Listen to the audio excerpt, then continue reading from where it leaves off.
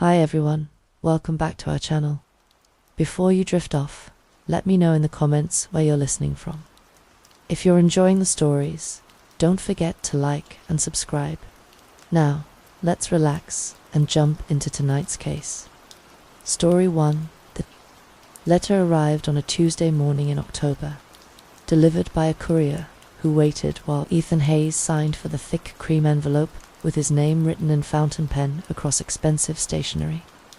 Inside, letterhead proclaimed the Blackwood Manor in embossed gold, and beneath it, an offer that made Ethan's hands tremble slightly as he read. Mr. Hayes, your reputation as an archivist of natural history collections precedes you. I am writing on behalf of the estate of Mr. Alistair Blackwood, who passed recently at the age of 87.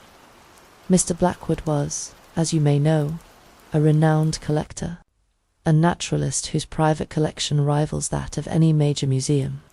The estate requires someone of your particular expertise to catalogue and assess this collection for potential donation or sale.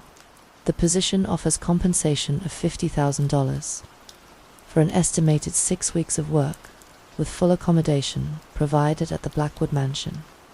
The collection is extensive, over 3,000 specimens, displayed in what Mr. Blackwood called his Gallery of Natural Moments. I believe you will find it extraordinary. If you are interested, please contact the number below. Time is of some importance, as the estate must be settled before winter. Sincerely, Ms. Isabella Thorne, Estate Administrator. Ethan set the letter down and stared out the window of his cramped Queen's apartment, where the October light fell grey and weak across the fire. Escape, $50,000, 6 weeks.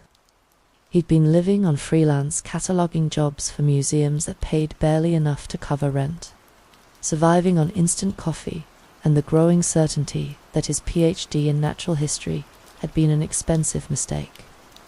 This was the kind of opportunity that could change everything. He called the number. Miss Thorne had a voice like expensive paper, crisp, with the faint impression of wealth behind it. The Blackwood Manor, she explained, was located in the Sierra Nevada mountains, accessible only by a private road that wound 3 miles through dense forests to the mansion itself. She would arrange for a car to collect him Friday morning. Was he available? Ethan was. The drive upstate took 4 hours, through countryside that grew progressively more isolated as the highway gave way to smaller roads, then to barely paved routes that seemed carved reluctantly from the wilderness. The driver, a silent man named Jarvis, who wore a black suit despite the casual nature of his duties, said nothing during the entire journey except to point out landmarks: the abandoned railway bridge, the old lumber mill, the stone marker that indicated they were entering Blackwood property. The forest pressed close on both sides of the private road, dense stands of pine and maple that had begun their autumn transformation into something that looked less like foliage, and more like a tapestry woven from rust and gold and deep arterial red. The trees seemed to lean inward, creating a tunnel effect that made Ethan feel as though he were descending into something rather than simply travelling toward it. When the mansion finally came into view, Ethan's breath caught in his throat. It was enormous, a sprawling Victorian structure that seemed to have grown organically from the landscape, with wings and additions and turrets that suggested decades of expansion and modification. The architecture was Gothic revival, all dark stone and pointed arches and windows that reflected the October sky like dead eyes. It should have looked impressive, even grand. Instead, it looked hungry. Jarvis stopped the car in the circular drive and got out to collect Ethan's 2 suitcases from the trunk. He set them on the gravel and gestured toward the front entrance, a pair of oak doors that looked as though they'd been salvaged from a medieval cathedral. Miss Thorne will meet you inside, Jarvis said. These were the first words he'd spoken since they'd left the highway. Just go on in. Doors open. Ethan thanked him and watched as the black sedan disappeared back down the tree-lined drive. The silence that followed was profound. Not peaceful, but dense and waiting, like the pause between thunderclaps. Even the forest seemed to hold its breath. The front doors opened onto a foyer that rose 3 stories to a vaulted ceiling painted with scenes of classical mythology, gods and monsters locked in eternal struggle, rendered in colors that had faded to the brown gold patina of old photographs. A chandelier hung suspended above, its crystal pendants casting fractured light across the walls. "Mr. Hayes, I presume?" Ethan turned to find a woman descending the central staircase.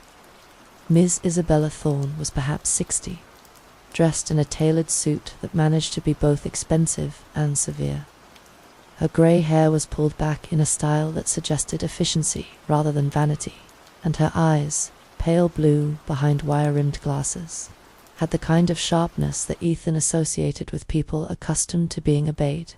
"Thank you for coming on such short notice," she said, extending a hand that was cool and dry. "I trust the drive wasn't too difficult." "Not at all," Ethan replied.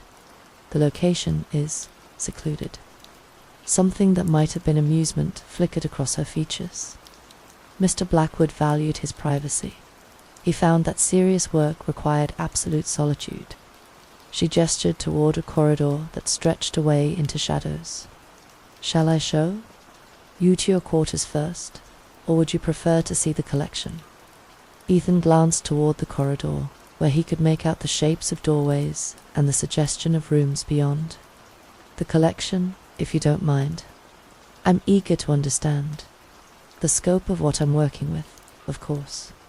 Most visitors feel that way." Miss Thorne moved toward a different corridor, one that seemed wider and more elaborately decorated than the first. "Mr. Blackwood spent 40 years assembling what you're about to see. He traveled extensively. Africa, South America, the Arctic Circle. He had very particular ideas about how specimens should be displayed. They walked through a series of rooms that seemed to flow one into another without clear boundaries. The walls were paneled in dark wood, and the floors were covered with Persian rugs whose patterns seemed to shift and writhe in Ethan's peripheral vision. Everywhere there were paintings, landscapes mostly, but also portraits of stern-faced men and women who seemed to watch their progress with disapproval.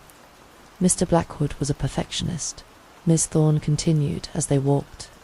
He believed that traditional taxidermy was inadequate to static. He developed his own techniques for preservation methods that captured not just the appearance of life, but something more essential. They turned a corner, and Ethan found himself facing a pair of double doors carved with intricate reliefs, vines and leaves and flowers that seemed to move. When he wasn't looking directly at them, Ms. Thorne placed her hand on the ornate brass. "Handle, welcome," she said, "to the gallery of natural moments." The doors swung open, and Ethan stepped into wonder. The room beyond was vast, easily 100 feet long and 60 feet wide, with a ceiling that soared up into shadows. But it wasn't the size that took his breath away. It was the life. Everywhere he looked, scenes of perfect, frozen vitality played out in glass cases that rose from floor to ceiling. To his immediate left, a family of mountain lions stalked through, a recreation of Rocky Mountain terrain so detailed that Ethan could identify individual species of wildflowers scattered among the stones. The cats moved, or seemed to move, with liquid grace, their muscles bunched beneath fur that looked soft enough to touch. The largest male had paused mid-stride, head turned towards some unseen threat, lips pulled back to reveal fangs that gleamed, like ivory daggers. "Remarkable," Ethan whispered. "That's from Mr. Blackwood's expedition to Colorado in 1987, Miss Thorne said. He spent 3 months in the wilderness studying their hunting patterns." She moved to the next display, a recreation of an African watering hole where zebras and gazelles drank while crocodiles lurked in the shallows. "This is from his time in Kenya. Notice how the zebra's ears are positioned. They've detected the crocodiles, but haven't yet decided whether to flee." Ethan moved closer to the glass. The zebras were indeed alert, muscles tense, water still, dripping from their muzzles. But it was the crocodiles that held his attention. Their eyes were fixed on the grazing animals with an intensity that seemed almost supernatural. He could see individual scales, the pattern of scars on their hides, even what appeared to be parasites clinging to their flanks. "The detail is incredible," he said. "I've never seen taxidermy work this lifelike." Mr. Blackwood would have been pleased to hear that. He spent years perfecting his techniques. Miss Thorne's voice carried a note of something that might have been pride, or possibly something else. He believed that death was simply another moment in the continuum of existence, one that deserved to be preserved with the same care as any other. They moved deeper into the gallery, past displays that grew increasingly elaborate. Here was a recreation of an Amazon riverbank, where jaguars stalked through dense vegetation while parrots screamed warnings from the canopy above. There was an Arctic scene where polar bears hunted seals across ice floes, so realistic that Ethan found himself checking for signs of melting. Each display was a masterpiece of environmental storytelling, populated with creatures that seemed to have been frozen at the precise moment of their most intense experience. "And you're sure you've never met this seller before?" he asked, taking photos of the mattress. "Never," Megan insisted. "I've been away for 12 years. I only moved back 3 weeks ago." Officer Davis promised to look into it, but Megan could tell from his body language that he was skeptical. Perhaps he thought she'd done it herself, a cry for attention or a sign of mental instability. But why would she? She'd come back to Redwood Bluffs to start fresh after her divorce, not to create drama. The next day, Megan drove back to the seller's bungalow, her heart hammering in her chest. But the house was empty. No furniture, no curtains. Just a for rent sign swinging gently in the front yard. The neighbor, an older man washing his car in the driveway, told her the seller had moved out 2 days ago. "Left in quite a hurry, too," he remarked, wiping his hands on his jeans. "Been here 15 years, and suddenly she's gone." "Shame, she was a quiet neighbor." "Did she have a grandson?" Megan asked. The man shook his head. "Not that I ever saw. She kept to herself. No visitors that I can recall." As Megan drove home, memories began to surface. Fragments of her childhood in Redwood Bluffs that she'd spent years trying to forget. The whispers that followed her family after her father disappeared when she was 9, the way her mother would sometimes stare out the window late at night, jumping at every sound. The reason she'd left town the day after high school graduation, vowing never to return. Officer Davis called the next day. His voice was more serious now. "Ms. Rhodes, I've been looking into that cellar. There's no record of anyone by that name owning or renting that property. The landlord says the house has been vacant for over a month." "That's impossible," Megan whispered. "I was there. She sold me the mattress. There's something else." Officer Davis continued, hesitation evident in his voice. "We ran the thread from your mattress. It's not commercial thread. The lab says it's silk, hand-dyed. They're still analyzing it." Megan felt as if the floor had dropped away beneath her. "What does that mean?" "I don't know yet, but I'd like you to come down to the station. There are some old case files I think you should look at." The station was quiet when Megan arrived that evening. Officer Davis led her to a small conference room where several manila folders lay spread across the table. His face was grim as he opened the top folder. "These are missing persons cases from Redwood Bluffs going back 30 years, he explained. "All young women, all with red items left behind." Megan's throat went dry as he showed her the photos. A red hair ribbon abandoned on a hiking trail, a child's sock, bright crimson, found in an empty car, a single red earring left on a doorstep. "The last case was 12 years ago," Officer Davis said quietly, "right around when you left town. Megan stared at the final photo, a teenage girl with a bright smile.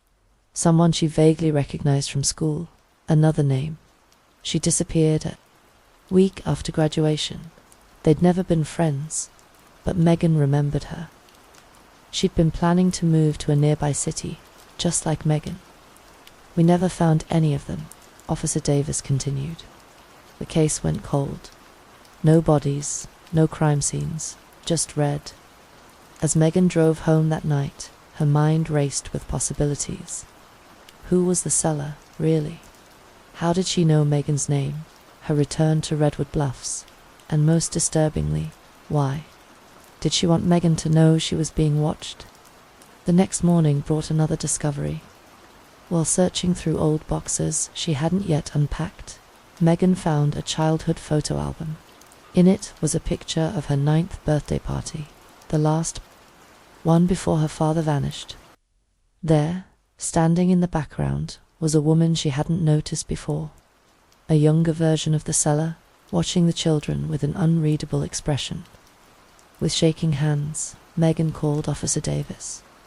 3 days later, Megan sat in the same conference room, listening as Officer Davis explained what they'd found. The seller didn't exist, at least not officially, but the fingerprints from Megan's doorbell matched those found in an abandoned cabin 30 miles outside of town. The cabin where they just discovered a hidden cellar. We found journals, Officer Davis said, his voice hollow, decades of them.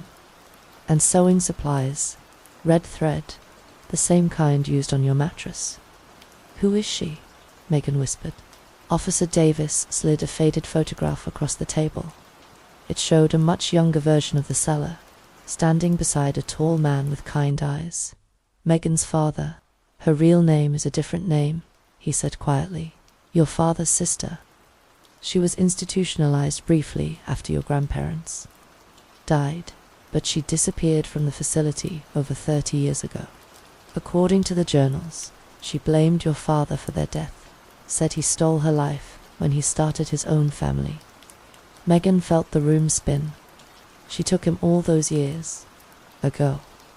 Officer Davis nodded grimly. We're still piecing it together, but it seems she's been watching Redwood Bluffs, watching the young women who try to leave, for decades. And now she's watching me, Megan whispered. We have officers at her last known locations, but, Officer... Davis hesitated. She's been evading detection for 30 years. She knows how to disappear. That night, Megan sat in her apartment, every light blazing, every door locked. The mattress was gone, taken as evidence, but she couldn't shake the feeling of those red stitches, spelling out her name, warning her away from the only home she'd ever known. As she finally drifted into an uneasy sleep on her couch, her phone chimed with a text message from an unknown number. Family always finds its way home, Megan, just like you did. Outside her window, across the street, a single porch light flickered on, illuminating an elderly woman sitting in a rocking chair, a strand of red thread trailing from her busy hands. The next morning, Clara called in sick to work, something she had never done before. She spent the day researching voice recordings, plumbing, acoustics, anything that might explain what she was experiencing. She found nothing conclusive. David returned in the afternoon with a small camera on a flexible cord, designed to be fed into the pipes. We'll see what's going on in there, he said confidently. Together, they watched the small monitor as the camera snaked its way through the plumbing. The pipes were old, but seemed intact. No phone was visible. I don't understand, David muttered. It should be right there. As the camera probed deeper, Clara leaned forward, her eyes fixed on the screen, and then she saw it. A small, dark opening where there shouldn't have been one. A junction in the pipes that didn't align with the house's plumbing design. What's that? She asked, pointing. David frowned. I'm not sure. These old houses, sometimes they've got quirks. Let me guide the camera in there.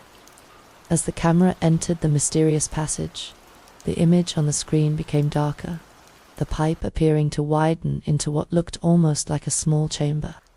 And there, in the center of the frame, was Clara's phone. "There it is," David exclaimed. "But how in the world?" The camera continued to pan around the space, revealing something else, a collection of small objects clustered together. A bracelet, a set of keys, a watch, and something that looked like a tooth. Clara felt her blood run cold. "David," she whispered, "what is that?" Before David could answer, the screen went dark. The camera had died. David pulled the cord back. Slowly, battery must have given out, he said, but his voice sounded strained. "Look, I think I should call someone about this. These pipes, they're connected to something strange." That evening, after David had left with a promise to return with a colleague, Clara sat in her living room, unable to shake the image of those collected items in the hidden chamber. Whose were they? How had they gotten there?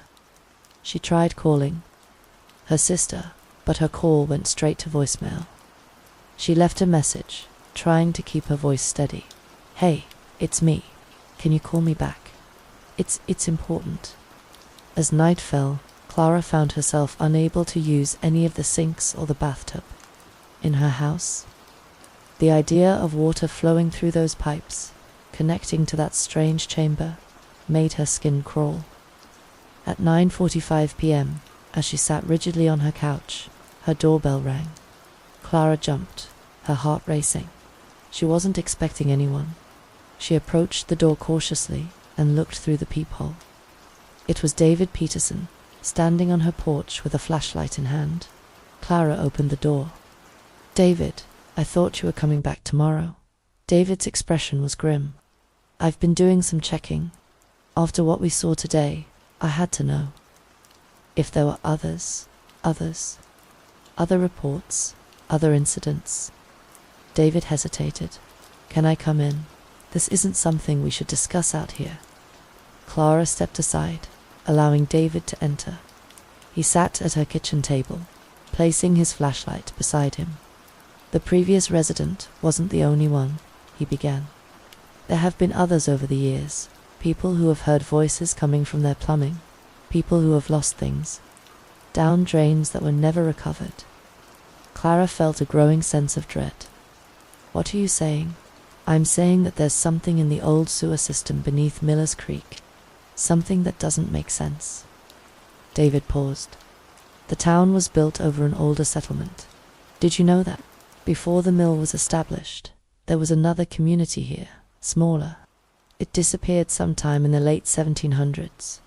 Most of the records were lost in a courthouse. Fire in 1832. As David spoke, Clara noticed something odd. The flashlight he had brought was flickering slightly, casting strange shadows on the kitchen walls. "I think whatever is down there," David continued, "has been there a long time, and I think it collects things." Clara swallowed hard. "Things or people?" David met her gaze. "Both, maybe. I found records of disappearances in Miller's Creek going back decades. People who vanished without a trace. Most were written off as runaways, or people who simply moved away without telling anyone. But I'm not so sure." The flashlight flickered again, more noticeably this time. "David," Clara said softly, "your flashlight." David glanced down at the flashlight. Oh, batteries must be dying. But as they both watched, the flashlight began to roll slowly across the table, as if pulled by an unseen force. It moved toward the edge, then dropped to the floor with a clatter. And then, from the kitchen sink, came the voice. "Clara," it whispered, "I've been waiting for you to understand." David went pale. "You hear that too?" he asked hoarsely. Clara nodded, unable to speak. "The pipes connect everything," the voice continued. "Everyone. We all flow down eventually." David stood up suddenly. "We need to leave. Now." But as he moved toward the door, all the faucets in the house, the kitchen sink, the bathroom sink, the bathtub turned on simultaneously, water rushing out at full force. The voice grew louder, no longer a whisper, but a gurgling wet sound that seemed to fill the entire house. "Stay, Clara. Stay and listen. I have so much to tell you, about the others, about what's beneath." Clara grabbed her car keys. "We need to call someone. The police." "The police won't understand," David said urgently. "No one will. We need to get out, and then we need to warn people about what's under this town." As they rushed toward the front door, the lights in Clara's house began to flicker. The water from the faucets turned cold, then dark, as if mud were mixing with the clear liquid. They made it outside, running to Clara's car, parked in the driveway. As they pulled away, Clara looked back at her home, the place where she had lived her entire adult life. Through the windows, she could see all the lights were now on, blazing in the darkness. 3 days later, a small article appeared in the Millers Creek Gazette. It reported that a local woman, Clara Evans, and a plumber, David Peterson, had been involved in a strange incident. They had reported hearing voices from the plumbing in Clara's home and had claimed there was something living in the town's sewer system. The article treated the story as a curiosity, noting that both individuals had left town shortly after, Clara to stay with her sister in a large city, and David to an undisclosed location. The article concluded with a quote from the town's mayor: "Millers Creek's infrastructure is perfectly sound. These kinds of urban legends pop up from time to time. There's nothing to worry about." But in the weeks that followed, residents of Millers Creek began to notice small changes. Water pressure fluctuating without explanation. Strange sounds emanating from pipes late at night. Items disappearing down drains that should have been too large to fit through the openings. And sometimes, very late at night, when the town was quiet and still, they would hear whispers coming from their sinks, their showers, their bathtubs. Whispers that knew their names, their secrets, their fears. In Clara's empty house on Oak Avenue, the faucets remained turned on, water flowing continuously, as if waiting for someone to listen to what the voice had to say. No one has lived in that house since. Some say that if you drive through Millers Creek today and stop at the single traffic light on Main Street, you can still see Clara's house in the distance, its windows dark, its yard overgrown.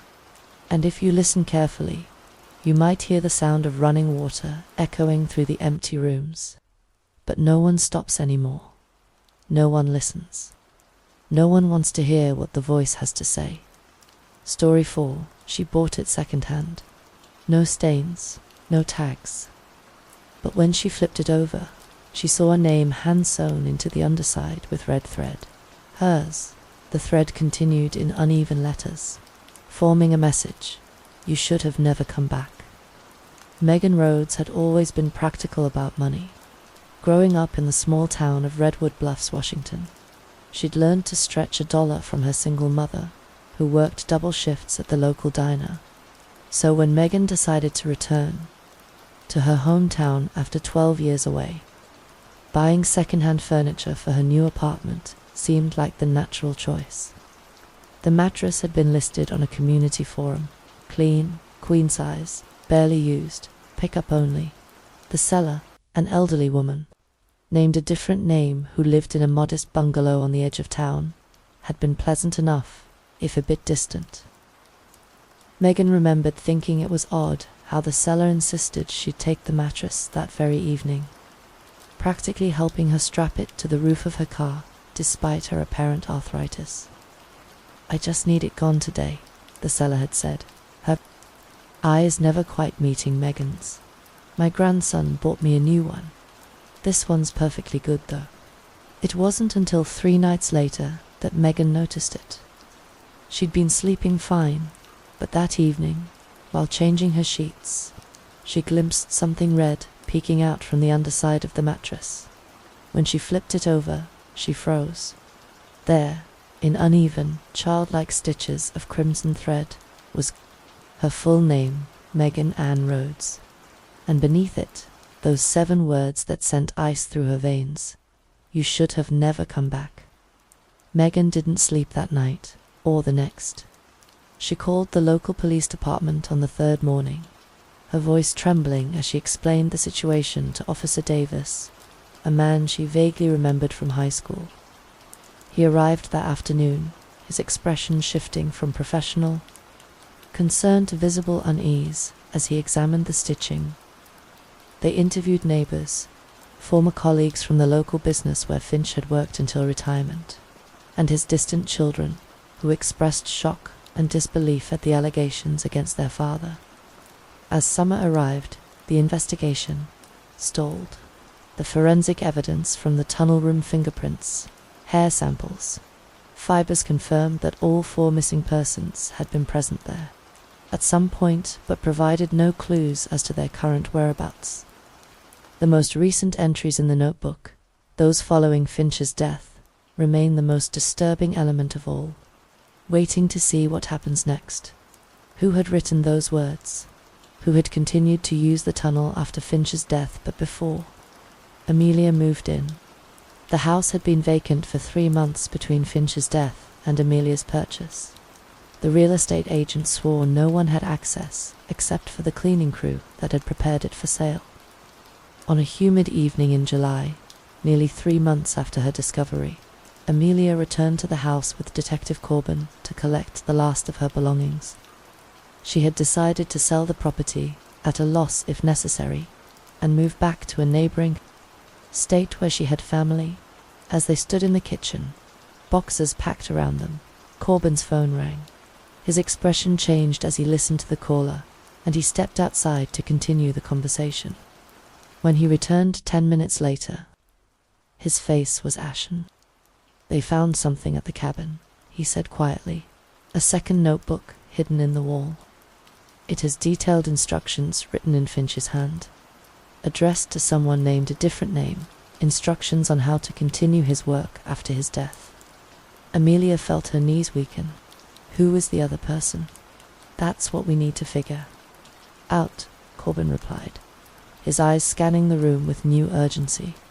"Because according to Finch's writing, this person isn't just some accomplice. He's someone who was created to carry on when this body fails.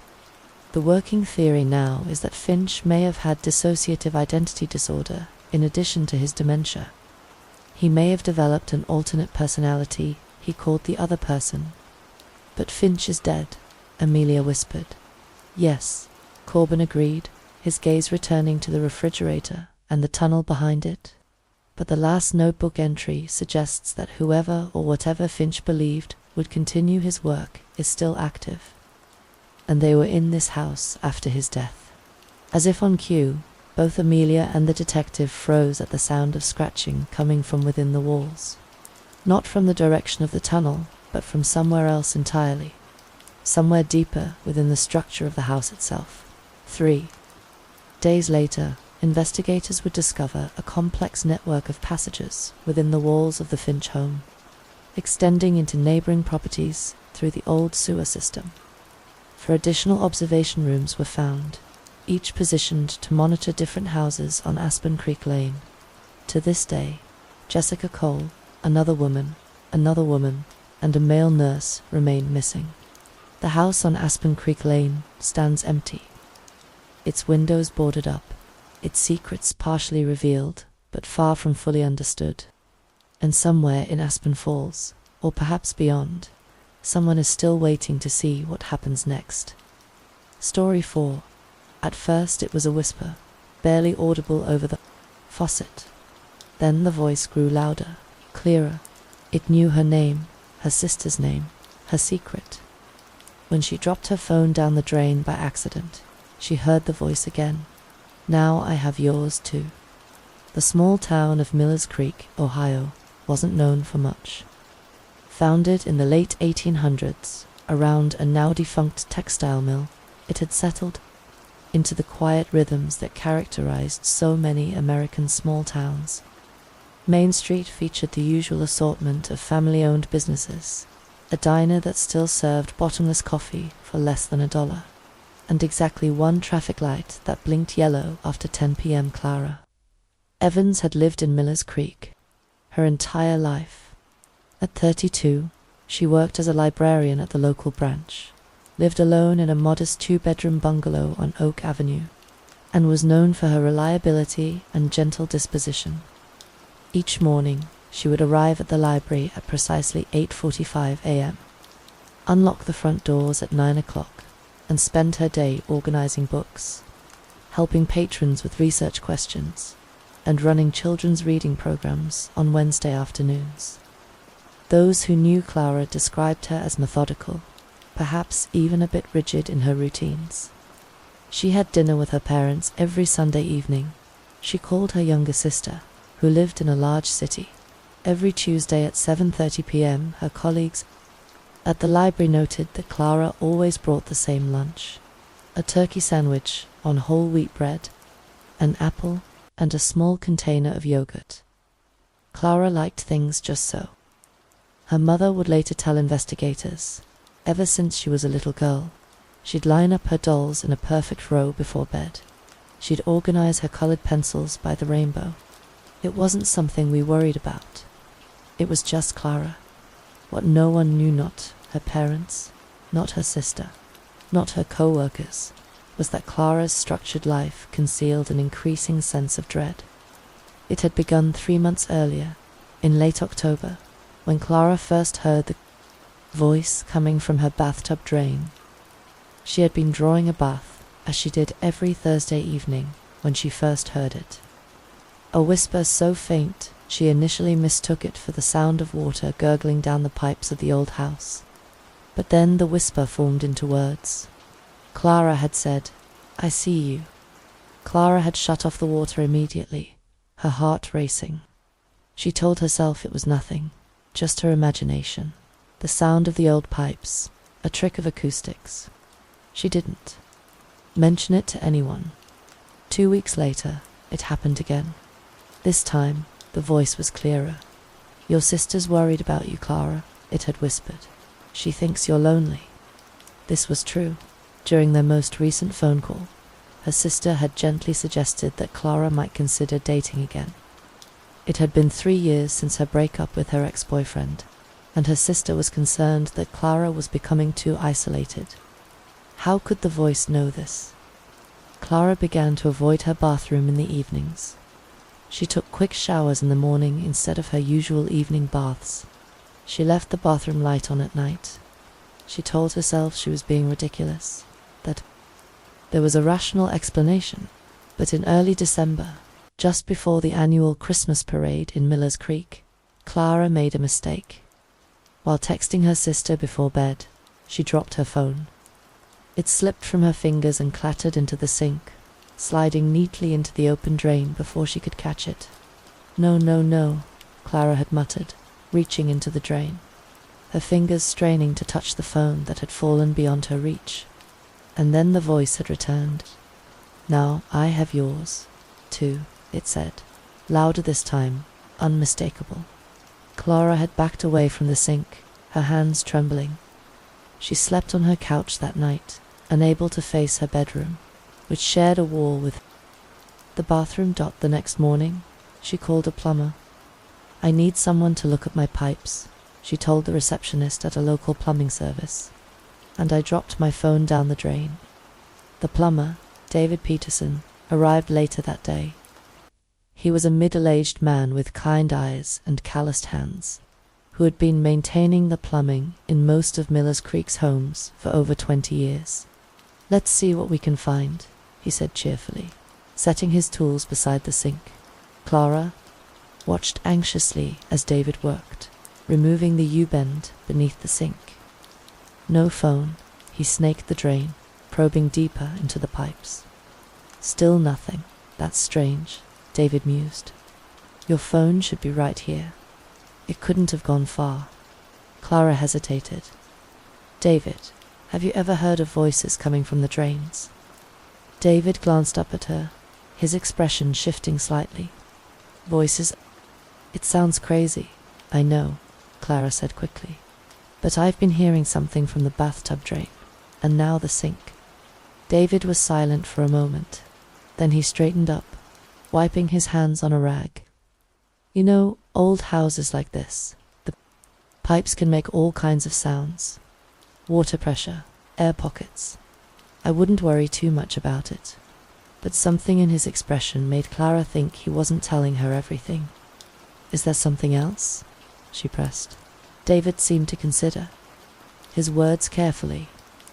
Well, there was another house over on another street. A previous resident, about 2 years ago, she mentioned something similar. Said she heard whispering coming from her shower drain. Clara felt a chill run down her spine. What happened to her? Nothing, as far as I know, David said with a shrug. She moved to a southern state to be closer to her daughter shortly after. Left in quite a hurry, if I recall. After David left, promising to return the next day with different equipment. To retrieve her phone, Clara sat at her kitchen table, her mind racing. She considered calling her sister, but stopped herself. What would she say? That she was hearing voices from her drains. Her sister would think she was losing her mind. Instead, she searched online for information about the previous resident, the woman David had mentioned. There wasn't much, just a brief mention in the local newspaper from 2 years ago, noting that a long-time resident of Miller's Creek had relocated to a city in a southern state. That night, Clara struggled to sleep. The voice had fallen silent, but its words echoed in her mind. Now I have yours too. What did it have, besides her phone? What else could it take? Ordinary paint this time, pigments ground from nothing more mysterious than minerals and plant matter. She began a new painting, something bright and alive, a landscape filled with sunlight and possibility. As she worked, she thought about the faces she'd painted, the lives she'd helped memorialize, the justice she'd helped achieve. The dead had found their voice through her hands, their stories told at last. In the end, that was what art was for, to bear witness, to remember, to ensure that even the forgotten were not lost forever. The painting progressed slowly, peacefully, guided now by nothing more than her own vision and the patient application of skill. Outside her window, Port City settled into another evening, its secrets a little lighter now, its shadows a little less dark. Somewhere in the city, families would sleep better tonight, knowing that their missing had finally come home. Story 3: Aspen Falls. Colorado was the kind of town where people left their doors unlocked at night. At least, that's what the real estate agent had told Amelia Vance when she purchased the colonial-style home on Aspen Creek Lane in September of 2018. The previous owner, a Mr. Arthur Finch, had passed away 3 months prior at the age of 89, and his children, who lived states away, were eager to settle the estate. Amelia, a 34-year-old graphic designer who had recently divorced, was looking for a fresh start. The 2-bedroom house, with its weathered blue shutters and modest backyard, offered exactly what she needed: solitude, charm, and a price she could afford on her freelance income. The fact that some of the appliances were outdated didn't bother her. She planned to renovate gradually as her finances allowed. The old refrigerator hummed louder than it should. It was a generic model from the early 1990s. Boxy, off-white, with a tendency to make ice a little too slowly for Amelia's taste. But it worked, and replacing it wasn't a priority. During those first few months, as she settled into her new life. In Aspen Falls, April arrived with its characteristic mountain chill still clinging to mornings and evenings. Amelia had finally unpacked her last box, hung artwork on the walls, and begun to feel truly at home. She'd made a few acquaintances in town: the librarian who recommended mystery novels, the barista who remembered her order, the elderly neighbor who brought over homemade bread when she first moved in. It was during her spring cleaning that Amelia first noticed something unusual about the refrigerator. While mopping behind it, she pushed the appliance forward slightly and spotted what appeared to be a small access panel on its rear wall. At First, she assumed it was some sort of maintenance hatch, perhaps for the compressor or electrical components, but its location seemed odd, positioned not at the bottom where mechanical parts typically resided, but halfway up the back panel. The panel, approximately 6 inches square, was secured with 4 flathead screws that had collected a film of dust and grease. Curious, Amelia retrieved her toolbox from the hall closet and carefully unscrewed the panel. Behind it was not the mechanical innards she expected, but a small metal handle embedded in what appeared to be the wall behind the refrigerator. Amelia stood motionless for a moment, her mind trying to process what she was seeing. The handle was attached to what looked like a small, concealed door built into the wall, a door perfectly hidden by the refrigerator's position. Most people might have called someone immediately, a friend, the real estate agent, maybe even the police. But Amelia had always possessed a quiet determination and curiosity that had served her well as a designer. She grasped the handle and pulled. The door opened with surprising ease, revealing a narrow, dark passage. Amelia retrieved her phone and activated its flashlight, illuminating what appeared to be a crude tunnel extending horizontally into the earth beyond her house's foundation. The tunnel was approximately 3 feet in height and 2 feet wide, requiring anyone who entered to crawl. Its walls were roughly finished with wooden supports placed at intervals, and the dirt floor had been packed firm by what appeared to be frequent use. Amelia's heart raced as she shone her light further into the passage. About 10 feet in, the tunnel widened into a small chamber, roughly the size of a walk-in closet. What she saw there made her breath catch in her throat. A thin mattress lay on the ground, its surface stained and worn. Beside it was a plastic crate containing several water bottles, some empty food wrappers, primarily from candy bars and packaged snacks, and a stack of outdated magazines dating from 2015 to 2017. A battery-powered camping lantern sat in one corner. But most disturbing of all was a small notebook with dates meticulously recorded alongside what appeared to be observations of daily routines. May 12th, lights out at 11:22 p.m. TV sounds until 10:45. May 13th, left at 7:30 a.m., returned 6:15 p.m. phone call until 9 o'clock. May 14th, visitor, female, from 2 o'clock to 4 p.m. laughing. The entries continued for months, describing the movements and activities of someone who had lived in the house before Amelia. With trembling hands, she flipped to the final page. September 18th, ambulance came. He's gone now, waiting to see what happens next. That was the last entry. Arthur Finch, the previous owner, had died on September 18th, 2018.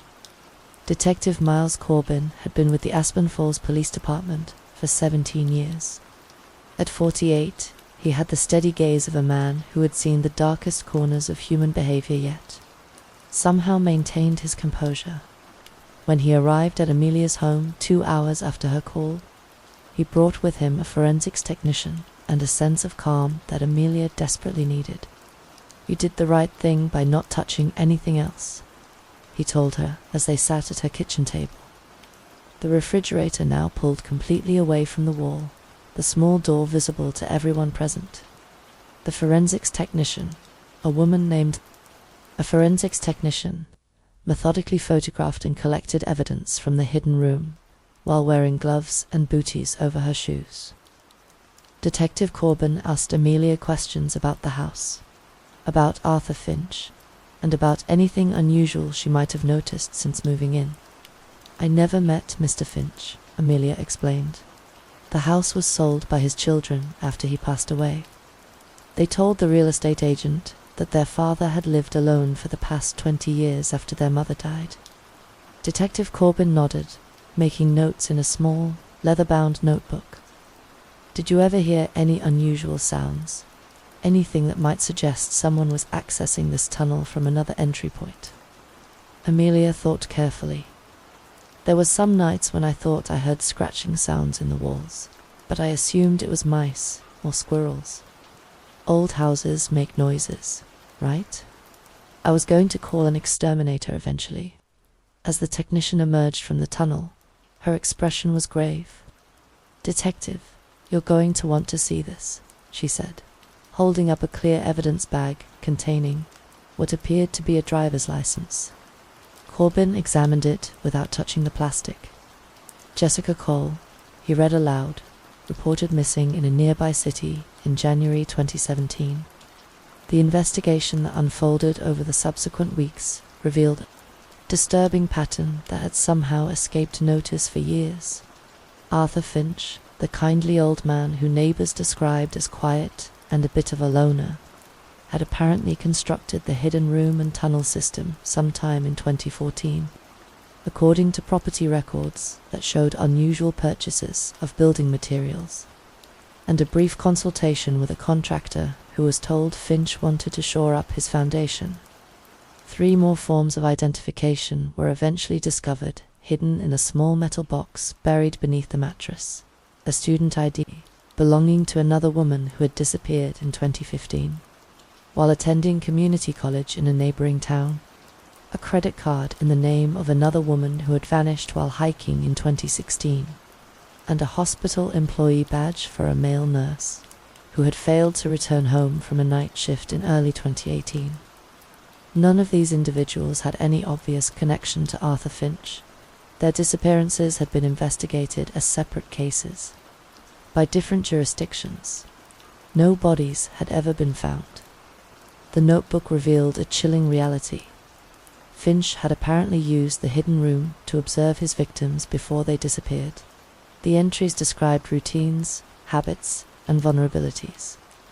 But strangely, the writing abruptly changed in character after certain dates, becoming more erratic, more personal, as if written by someone with a different perspective. We believe Finch may have held these individuals captive somewhere else.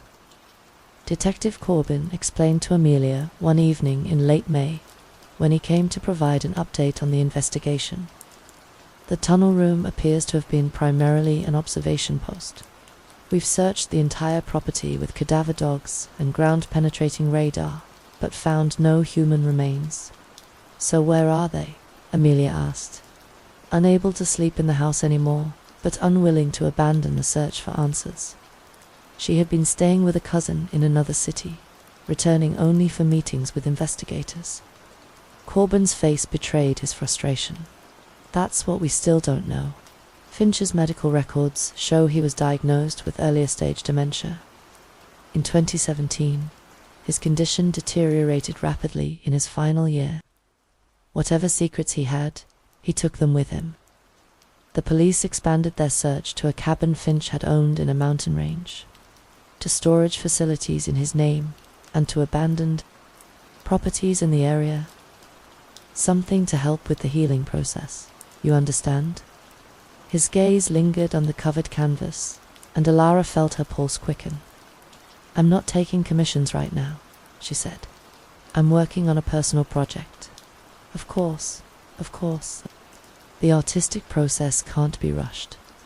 He moved closer to the easel, and she caught a scent that made her stomach turn. Embalming fluid mixed with something sweeter. Something that spoke of decay, poorly masked. "Might I see what you're working on? I do so appreciate good art." "It's not ready to be shown," Alara said quickly, but he was already reaching for the cloth. "I'm sure it's magnificent. Artists are always so modest about that." She grabbed his wrist before he could lift the cover. His skin was cold, unnaturally so, and for a moment she felt the weight of decades pressing down on her. Decades of victims, of careful disposal, of respectability hiding unspeakable evil. Croft's kind expression didn't change, but something shifted behind his eyes. "You have remarkably strong hands for an artist," he said softly. "Good for working with difficult materials." They stared at each other for a long moment, predator and prey recognizing each other across the thin veneer of civilization. Then Croft smiled his gentle smile and stepped back. "Well, I won't keep you from your work any longer, but do consider." My offer, I think we could help each other in ways you haven't yet imagined. He handed her a business card, heavy stock, elegant lettering. Call me when you're ready. I'll be waiting. After he left, Alara stood in her apartment, shaking, the business card trembling in her hands. Croft and Sons Funerals, serving families with dignity and compassion for 4 generations. Below that, an address on Sterling Avenue. She uncovered the canvas with numb fingers. 8 faces stared back at her now, but they weren't pleading anymore. They were urgent, desperate, their painted eyes wide with warning. In the corner, new words had appeared. He knows. The car was back the next morning, and this time, she saw someone sitting in the driver's seat, a figure too still, too patient, waiting with the endless calm of someone who had all the time in the world. Alara worked through the day and into the night, her hands guided by an intelligence that seemed to grow stronger with each passing hour. The final painting took shape on her largest canvas, not just the faces of the victims, but something more comprehensive, more damning. She painted the funeral home as she'd never seen it, revealing basement rooms that shouldn't exist. Oh, hidden spaces where dignity and compassion gave way to something far more sinister. The spirits didn't just guide her hand now, they filled her mind with knowledge she'd never possessed. She painted details that only the killer would know, locations that weren't on any public map, evidence that had been carefully destroyed decades ago. The painting became a confession, written in oils and ochre, a detailed account of crimes spanning 40 years. As she worked, the apartment filled with voices, whispers of the dead telling her their stories, showing her where their remains had been scattered, where the evidence was hidden. She painted it all, creating a map that would lead investigators to truths that had been buried for generations. The final brushstroke fell just as dawn broke over Port City Bay. Alara stepped back, exhausted but triumphant, and surveyed her. Masterpiece. It was perfect, not just as art, but as evidence, as testimony, as justice long delayed but finally served. She had one chance to get it right. One person who might listen, might believe the unbelievable. Detective Miles Corbin had been haunted by the Lily Chen case for 30 years. He'd been a rookie when the little girl disappeared, and her file had followed him through every promotion, every department transfer, a constant reminder of his failure to find answers. Now, 3 months from retirement, he sat in his cubicle, staring at the same crime scene photos he'd memorized decades ago. The phone call came at 7 in the morning. Detective Corbin, my name is Alara Vance. I have information about Lily Chen. He'd heard it all before. Psychics, cranks, attention seekers who claimed to know what had happened to the little girl with ribbons in her hair. But something in this woman's voice made him listen. What kind of information? I know where she's buried, and I know who killed her. An hour later, Alara sat across from him in the station's interview room, a large portfolio case at her feet. She looked like she hadn't slept in days, her eyes hollow and dark, her hands stained with paint that she couldn't seem to wash clean. I know how this sounds, she began, but I need you to look at something before you decide I'm crazy. She opened the portfolio and pulled out the painting, a canvas so large it barely fit on the table between them. Corbin found himself staring at a composition that was part portrait gallery, part architectural diagram, part map. Dozens of faces stared back at him, their eyes holding a desperate urgency that made his skin crawl. And there, in the center, was Lily Chen, 9 years old, ribbons in her hair, exactly as she appeared in the crime scene photos he'd studied for 3 decades. How did you... Look closer, Alara interrupted. At the building, at the basement level, Corbin studied the painted funeral home, noting details that seemed impossibly precise for someone who'd never been inside. The layout, the equipment, the hidden room that existed beneath the main embalming chamber. And there, painted in minute detail, was something that made his blood run cold. A child's locket with a broken clasp, lying in a corner where shadows gathered like secrets. Lily had a locket, he said slowly. We never released that detail to the public. It was her grandmother's, Ilara said. Gold, with a picture of her parents inside. The clasp broke when he grabbed her, and it fell under the preparation table. He was going to retrieve it later, but there was a viewing the next day, and he couldn't risk it. It's still there. Corbin stared at her. Only 3 people could know that detail. Himself, the medical examiner who'd noted the missing locket, and the killer. 30 years of rational police work against the impossible evidence before him. He'd built his career on facts, on following leads that made sense, on dismissing the cranks and psychics who claimed supernatural knowledge. But the painting showed details that no crank could fabricate. Specifics that existed only in classified files and one man's buried conscience. Who told you this? Ilara met his gaze steadily. She did. Before Corbin could respond, his phone buzzed with a text message. He glanced at it, then went very still. There's a fire at the Croft & Sons funerals on Sterling Avenue. Started about 20 minutes ago. They looked at each other across the table, understanding passing between them, like an electric current. He knows, Ilara whispered. The funeral home was already lost by the time they arrived. Flames consuming 40 years of carefully maintained respectability. Julian Croft stood on the sidewalk with the other onlookers, his face a mask of grief and shock as he watched his life's work burn. But Corbin was looking at the painting in his hands, comparing the architectural details to the building that was being destroyed before their eyes. The hidden basement room, the concealed entrance behind it, the formaldehyde storage tanks, the narrow stairway that led to chambers that weren't on any official blueprint. The fire department needs to check the basement, he told his partner. There are rooms down there that aren't supposed to exist. 3 hours later, they found the first remains.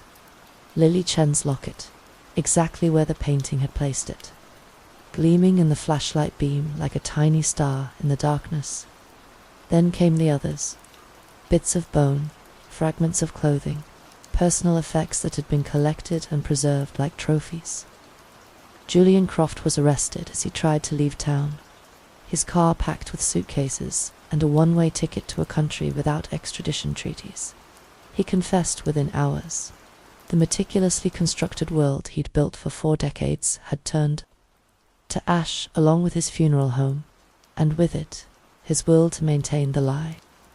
When confronted with the evidence pulled from his basement, the respectability he'd worn like armor for so long simply crumbled, leaving only a tired old man who seemed almost relieved to finally stop pretending. Elara watched the news coverage. From her apartment, surrounded by canvases that showed only blank white surfaces. The spirits had found their voice, told their story, achieved their justice. They were at rest now, their urgency replaced by the peaceful silence of the grave. Mrs. Gable visited one last time, bringing tea and small cakes, as though they were old friends catching up after a long separation. "My sister," she said quietly, settling into a chair by the window, and Elise. She was the first one, back in 1962. I was 16 when she disappeared, and I've spent 50 years knowing the truth, but having no way to prove it. My family, we've been carrying this burden for generations, waiting for someone strong enough to see it through. She looked older now, worn down by decades of grief and responsibility. The paints were my grandfather's creation, made from what remained of those who couldn't find peace. We've been guardians, I suppose, waiting for the right artist to give voice to the voiceless. And if I hadn't been strong enough, Ilara asked. Mrs. Gable's smile was sad and knowing. Then we would have waited longer. The dead are patient. Child, they have all the time in the world. After she left, Ilara stood before her easel, and squeezed fresh paint onto her palette. The labels were faded, some in languages she couldn't read, but she recognized quality when she saw it. These weren't student-grade acrylics or cheap watercolors. These were pigments ground from lapis lazuli and vermilion, from ochre and madder root. Some of the tubes were dented and ancient, others seemed newer, but all of them possessed a weight that spoke of craftsmanship from an era when artists mixed their own colors from powdered stones and beetle shells. Those belonged to Mr. Alistair, Mrs. Gable said from behind her. Ilara hadn't heard the woman approach, and she startled slightly. He was quite the painter in his day. Before the trouble, of course. What kind of trouble? Ilara asked, lifting a tube of burnt sienna that felt unnaturally warm in her palm, as though it had been sitting in direct sunlight despite the room's cool shadows. Mrs. Gable's expression shifted, almost imperceptibly, like a cloud passing over the sun. Poor man painted himself into madness, she said. The colors told him secrets, claimed he could hear voices in the pigments. She paused, her fingers worrying at the hem of her cardigan. He died in his studio. They found him, with a brush still in his hand and paint under his fingernails, scratching at the walls like he was trying to claw his way out. Ilara set down the burnt sienna and picked up another tube, this one labeled in spidery handwriting she couldn't decipher. The metal felt ice-cold against her skin, so cold it almost burned. How much for all of them? For the whole lot? Mrs. Gable considered, and for a moment her composure cracked, revealing something raw and desperate beneath. Take them, please. $50, and take them far from here. It was ridiculously cheap, almost suspiciously so. Ilara reached for her wallet before Mrs. Gable could reconsider. As she counted out the bills, she noticed the woman's hands shaking slightly.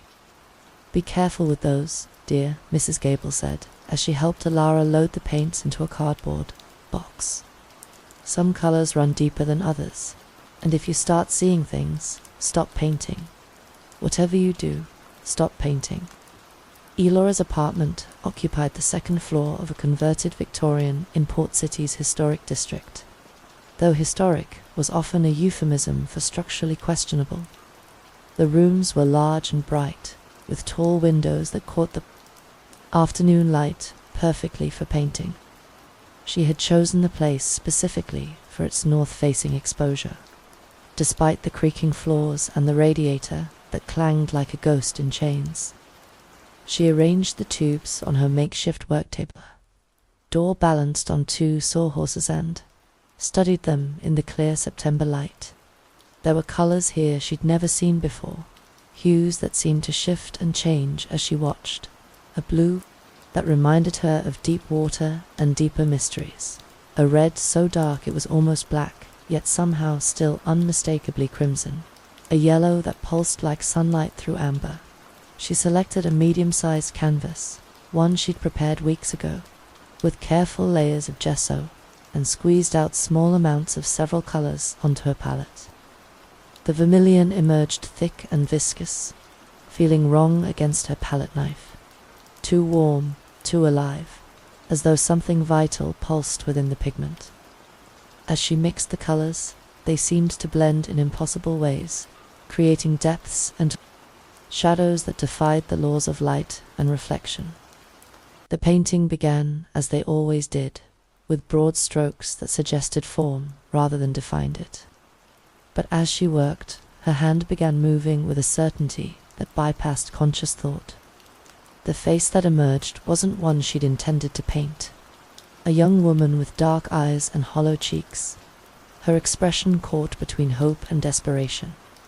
Ilara stepped back from the canvas, her brush trembling in her grip. She didn't recognize the face she'd painted, yet it felt familiar in the way a dream sometimes did. The woman's eyes seemed to follow her as she moved, and when Ilara blinked, she could swear she saw the painted lips move, forming words she couldn't hear. That night, she dreamed of drowning, not the violent, thrashing kind, but a slow, inevitable submersion into dark water that filled her lungs like cold silk. She woke gasping, her sheets soaked with sweat, the taste of river water metallic on her tongue. But the taste didn't fade with wakefulness. If anything, it grew stronger as she stumbled to the kitchen for water. The next morning, she uncovered the painting with trembling hands. The woman's face stared back at her, but something had changed overnight. The expression was more urgent now, more desperate. The eyes appeared to be pleading, the mouth slightly open as though trying to speak.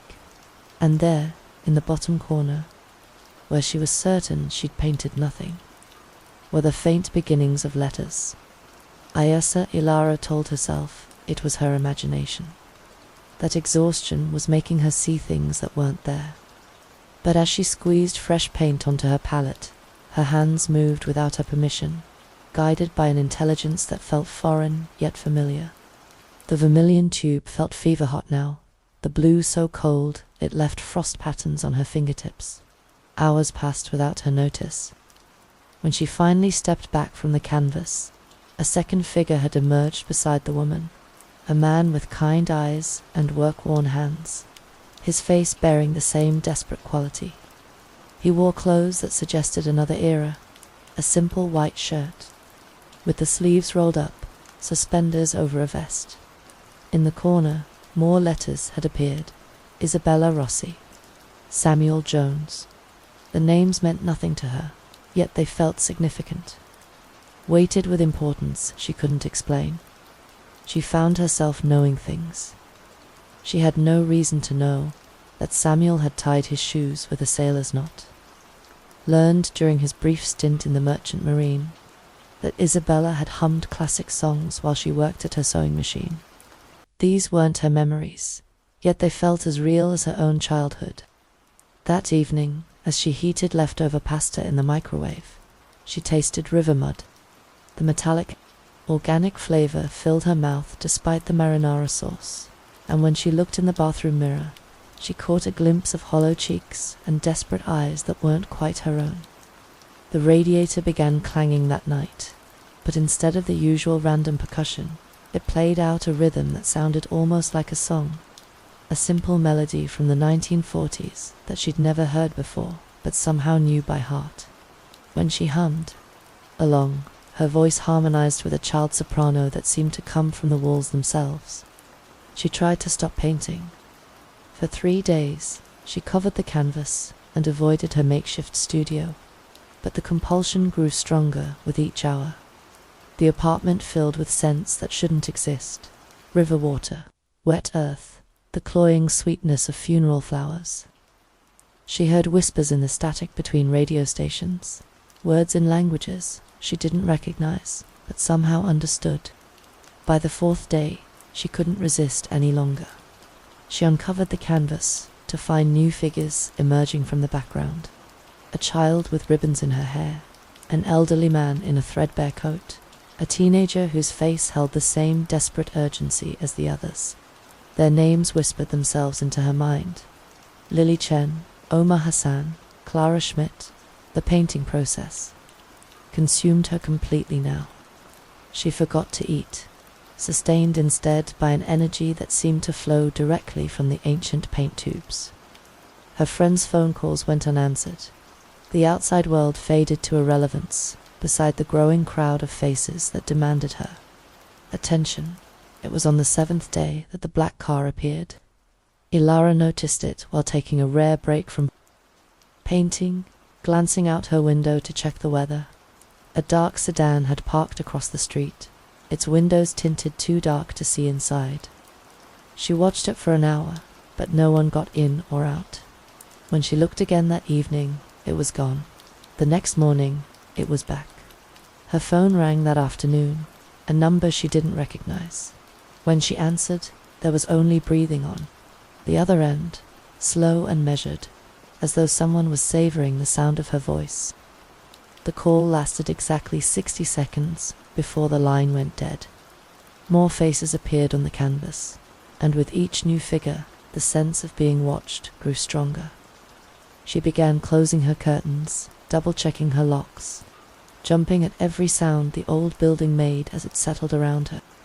The painted eyes followed her with increasing urgency, and she found herself apologizing to them, promising she was working as fast as she could. The knock came on a Thursday evening, just as the sun was setting behind the live oaks that lined her street. 3 sharp raps, polite but insistent. Alara covered the canvas hastily and checked the peephole. A middle-aged man stood in the hallway, wearing a dark suit and a kind smile. He was handsome in an understated way, with silver at his temples and gentle eyes behind wire-rimmed glasses. Everything about him spoke of respectability and compassion, the sort of person you'd trust with your deepest grief. "Miss Vance," he said, when she opened the door, his voice carrying the warm cadence of old Port City society. "I'm Julian Croft. I own several funeral homes here in the city. I've heard wonderful things about your artwork from mutual friends, and I was hoping we might discuss a commission." Every instinct screamed at her to slam the door, but social conditioning won out. She stepped aside to let him enter, trying to keep her body between him and the covered easel. "I understand you work in portraiture," Croft continued, his eyes scanning the apartment with professional interest. "I have several clients, grieving families, who would appreciate having a proper memorial portrait done." Ms. Thorne and the Jarvises were clearly not casual employees, but dedicated facilitators who had spent years perfecting their techniques. The collection would continue to grow. Behind him, the lights in the mansion began to dim, one by one, until only a single window remained illuminated, a study on the 3rd floor, where Mr. Blackwood's final display waited in permanent tableau. An old man at his desk, surrounded by the accumulated treasures of a lifetime, preserved forever at the moment of his greatest triumph. Ethan reached the main road as dawn was breaking over the mountains, painting the sky in shades of gold and red that reminded him uncomfortably of the colors in the mansion's paintings. A trucker heading south stopped to pick up the wild-eyed man who flagged him down, and Ethan spent the 3-hour drive to Hartford trying to explain what he'd seen in words that wouldn't make him sound insane. He never succeeded. The police investigated. Of course, they found the mansion exactly as Ethan had described it, a private museum containing the most remarkable collection of preserved specimens they'd ever encountered. The displays were works of art, they agreed, possibly illegal given the number of endangered species represented, but hardly evidence of mass murder. The figures in the period rooms were identified as extremely high-quality mannequins, the kind used in exclusive museums and historical recreations. The craftsmanship was extraordinary, the attention to detail remarkable, but there was nothing supernatural or criminal about realistic display figures. Ms. Thorne produced documentation showing that all the human figures had been purchased from a specialty manufacturer in Germany. The company confirmed the orders, provided receipts and shipping records, explained that their products were designed to be as lifelike as possible for educational and entertainment purposes. The chemical equipment in the basement was consistent with advanced taxidermy work. The journals were those of an obsessive collector, possibly suffering from age-related dementia, but containing no credible evidence of actual crimes. The preservation techniques described were theoretical at best, more science fiction than science fact. Mr. Blackwood's body was found in his study, seated at his desk, as though he had died peacefully in his sleep. The coroner ruled that he had succumbed to natural causes, heart failure brought on by advanced age and poor health. The estate was settled according to his will. The collection was donated to various museums and educational institutions, where it was dispersed among dozens of locations across the country. Individual displays were broken up, their components scattered to different exhibitions. Ms. Thorne and the Jarvises disappeared quietly, their employment with the estate having officially ended with Mr. Blackwood's death. Ethan tried to convince Anyone who would listen that something horrible had happened in the mansion, that the collection represented decades of systematic murder, disguised as natural history, but without physical evidence, without bodies or crime scenes, or anything more substantial than his own traumatized testimony.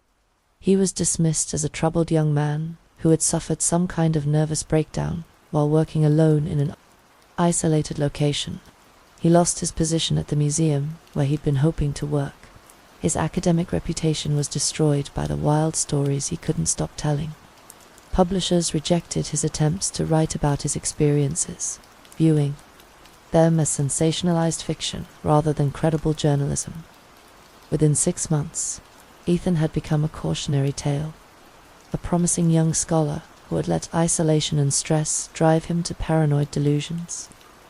But sometimes, late at night, when sleep wouldn't come, he would think about the dispersed collection and wonder where all the pieces had ended up. The wolf pack might be in a natural history museum in Chicago. The Victorian Tea Party could be part of a historical display in Philadelphia. The 1920s ballroom figures might have been separated and distributed to different exhibitions across the country. Hundreds of museum visitors would see them every day, admiring the incredible realism of the displays, marveling at the lifelike quality of the figures, never suspecting that they were looking at something other than artistic recreation. And somewhere, in an office building or private residence, Miss Thorne was probably placing new advertisements in academic journals and professional publications. Exciting opportunities for qualified researchers, generous compensation for the right candidates, unique collections requiring specialized expertise. The work would continue, the collection would grow, and in the perfect silence of museum galleries and private showrooms, Mr. Blackwood's legacy would endure forever, a monument to the moment when scientific curiosity had transformed into something far more terrible, preserved in exquisite detail for all eternity. Ethan knew, with the certainty that comes from direct experience, that somewhere new victims were already reading those advertisements, their academic excitement growing as they considered the career opportunities being offered. Young researchers struggling to make their mark, older scholars looking for one last significant project, all of them drawn by the promise of exclusive access to remarkable collections, all of them destined to become part of the very displays they had come to study. But who would believe a failed archivist with a history of nervous breakdowns and paranoid delusions? Who would take seriously the ravings of a man who claimed that museum mannequins were actually preserved human beings? No one. The collection would continue to grow, one carefully selected victim at a time, until every museum in the world contained examples of Mr. Blackwood's work, until the line between authentic historical displays and something far more sinister had been erased entirely, until the distinction between observer and observed had disappeared completely, and everyone who entered a museum became a potential addition to the exhibits they had come to admire. Ethan tried to warn people, but warning required belief, and belief required evidence he could never provide. All he could do was watch the advertisements appear in professional journals and hope that somewhere, someone would be suspicious enough to ask the right questions before it was too late. But he knew they wouldn't. The advertisements were too appealing, the opportunities too attractive, the compensation too generous. Ambitious researchers would always be willing to take risks for the chance at career-defining discoveries, and in the end, they would all find exactly what they were looking for: a place in history, preserved forever in displays that captured the perfect moment when academic excitement transformed into the understanding that some knowledge came at too terrible a price.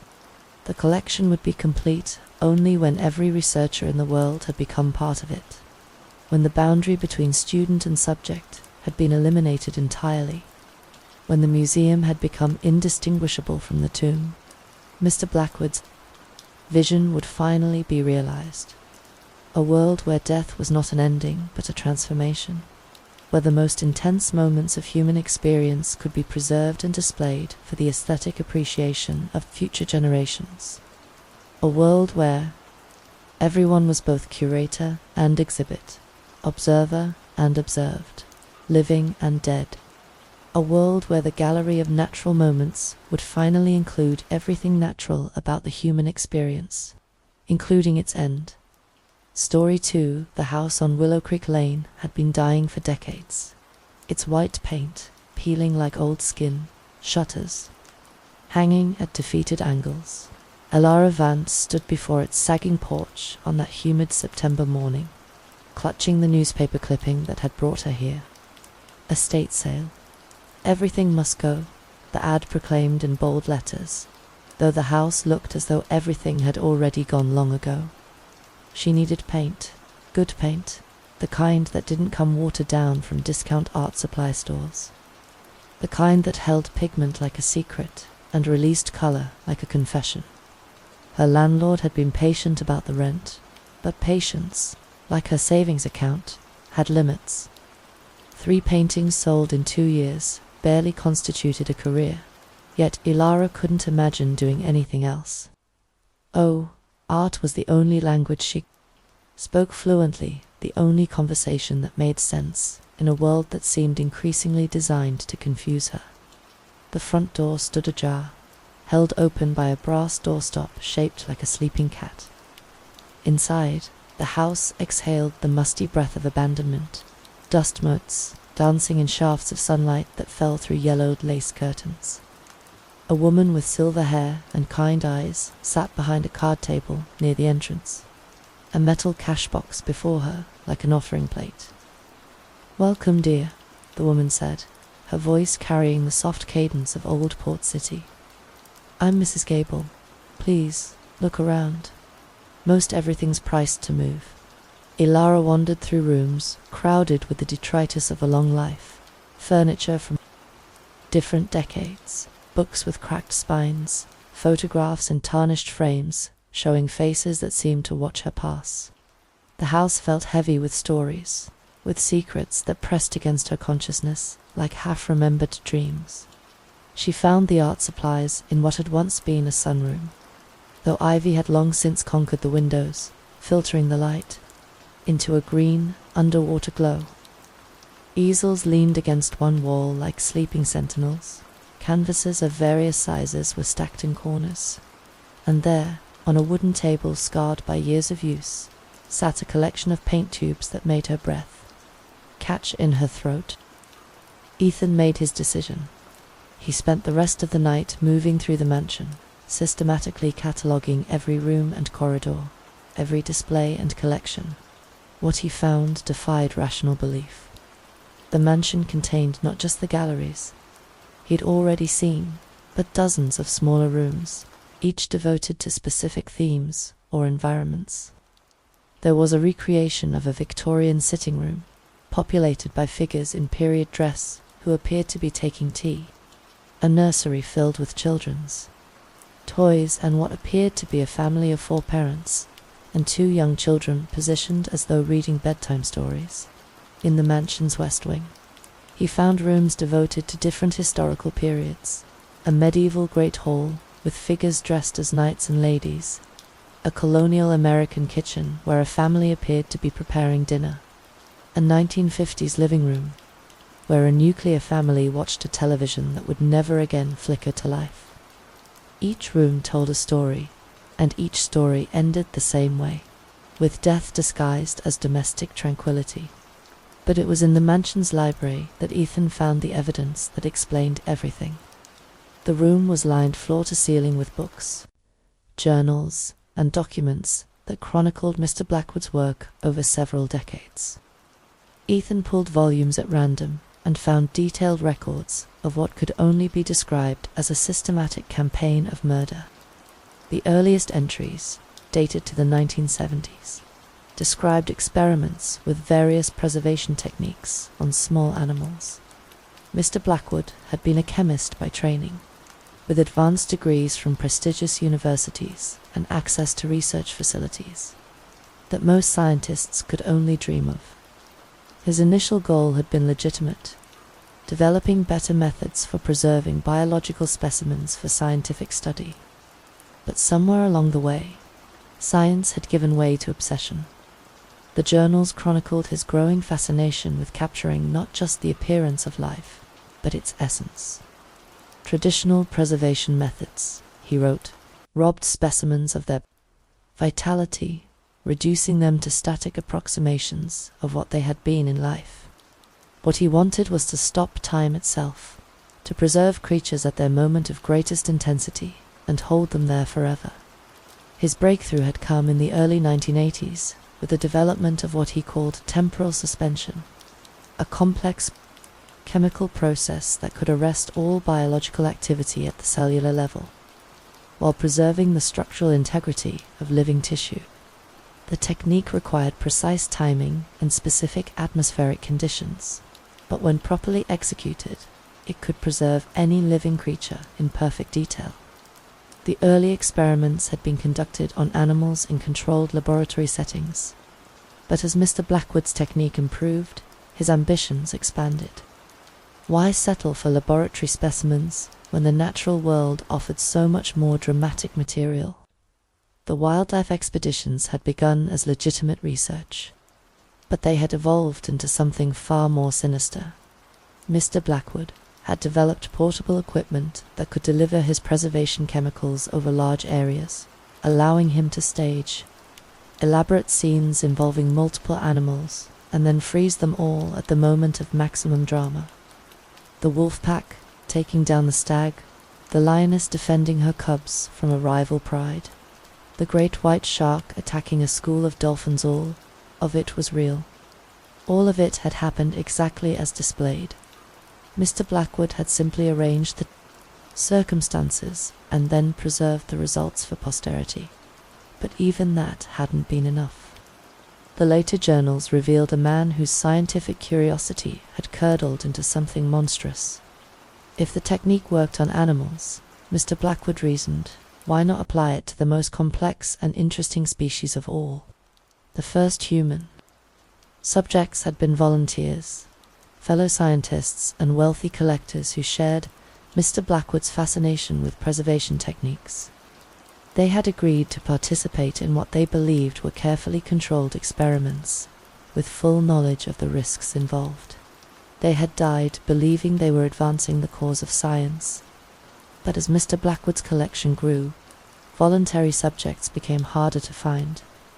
The later entries described elaborate deceptions designed to lure victims to the mansion. Fake job opportunities, like the one that had brought Ethan here. Fictional research projects that required specialized expertise. Investment opportunities that promised extraordinary returns. Each group of victims had been carefully selected to create thematic displays. The Victorian Tea Party had been composed of antique dealers and historians, lured to the mansion with promises of examining rare artifacts. The medieval banquet had featured members of a historical reenactment society, invited to participate in what they believed would be an authentic period experience. The 1920s ballroom had been Mr. Blackwood's masterpiece, a gathering of his remaining relatives and business associates, invited to celebrate his 80th birthday. They had arrived expecting a party and had instead become permanent guests at a celebration that would never end. Ethan read the final entry in Mr. Blackwood's journal with hands that trembled uncontrollably. December 15th, 2024. The collection is nearly complete. 40 years of work, thousands of specimens, countless hours devoted to perfecting the technique. But I grow old, and there are still gaps to be filled. The estate advertisement should attract suitable candidates. Someone young, educated, with expertise in natural history. Someone who will appreciate what has been accomplished here before becoming part of it. I have prepared the east wing accordingly. The gas lines are in place, the timing mechanisms tested and calibrated, when the subject has had adequate time to appreciate the collection. To understand the scope of what has been achieved, the final display can be completed. One last tableau, the dedicated scholar, working late into the night, surrounded by the fruits of a lifetime's passion. A fitting end to a life's work, and a proper beginning for whatever comes after. The preservation chamber in the study has been prepared. When the time comes, I need only activate the system and take my place at the desk. The timing must be perfect. The moment of realization, when understanding dawns and terror begins, but has not yet reached its peak. That instant of perfect clarity when knowledge and fear exist in perfect balance. My legacy will be complete. Ethan dropped the journal and ran. He crashed through the mansion's corridors without regard for stealth or caution. His only thought, to reach the outside before whatever timing mechanism Mr. Blackwood had installed could activate. The house seemed to fight him. Doors that had been unlocked now somehow sealed. Corridors that led in directions he didn't remember. Shadows that moved independently of any light source. But finally, he reached the front entrance and burst through the doors into the October night. The cold air hit him like a physical blow, clean and sharp after the stifling atmosphere of the mansion. He ran across the gravel drive and into the forest, branches tearing at his clothes and face as he fought his way through undergrowth that seemed designed to slow his progress. Behind him, the mansion blazed with light, every window glowing as though the house itself were awakening. He could hear machinery starting up, the hum of equipment that had been waiting decades for this moment. Ethan ran until his lungs burned, and his legs gave out, finally collapsing beside a stream that reflected the stars in its dark water. When he could breathe again, he looked back toward the mansion. It sat in its clearing like a malignant growth, beautiful and terrible in the moonlight. Smoke was rising from several chimneys, and he could see figures moving behind the illuminated windows. Miss Thorne, perhaps, or the Jarvises, going about their duties with the mechanical precision of people who had performed these tasks many times before. Ethan understood now why Miss Thorne had been so confident that he wouldn't leave until morning. She had known about the timing mechanisms, known that Mr. Blackwood's final display was already in motion. She had been counting on his academic curiosity to keep him in the mansion long enough for the gas to take effect. He also understood something else, something that filled him with a horror deeper than anything he'd experienced in the House of the Dead. He wasn't the first person to answer Mr. Blackwood's advertisement. There had been others, archivists and researchers and historians, all drawn by the promise of career-making discoveries, all now part of the collection, preserved at their moments of greatest understanding and terror. In a room he hadn't found, there was probably a display showing dedicated scholars at work, surrounded by the very collection they had come to catalogue. Young men and women hunched over ledgers and computers, their faces showing the exact moment when academic excitement had transformed into mortal fear. Soon, that display would be complete. Mr. Blackwood's legacy would be finished, a comprehensive museum of death disguised as natural history.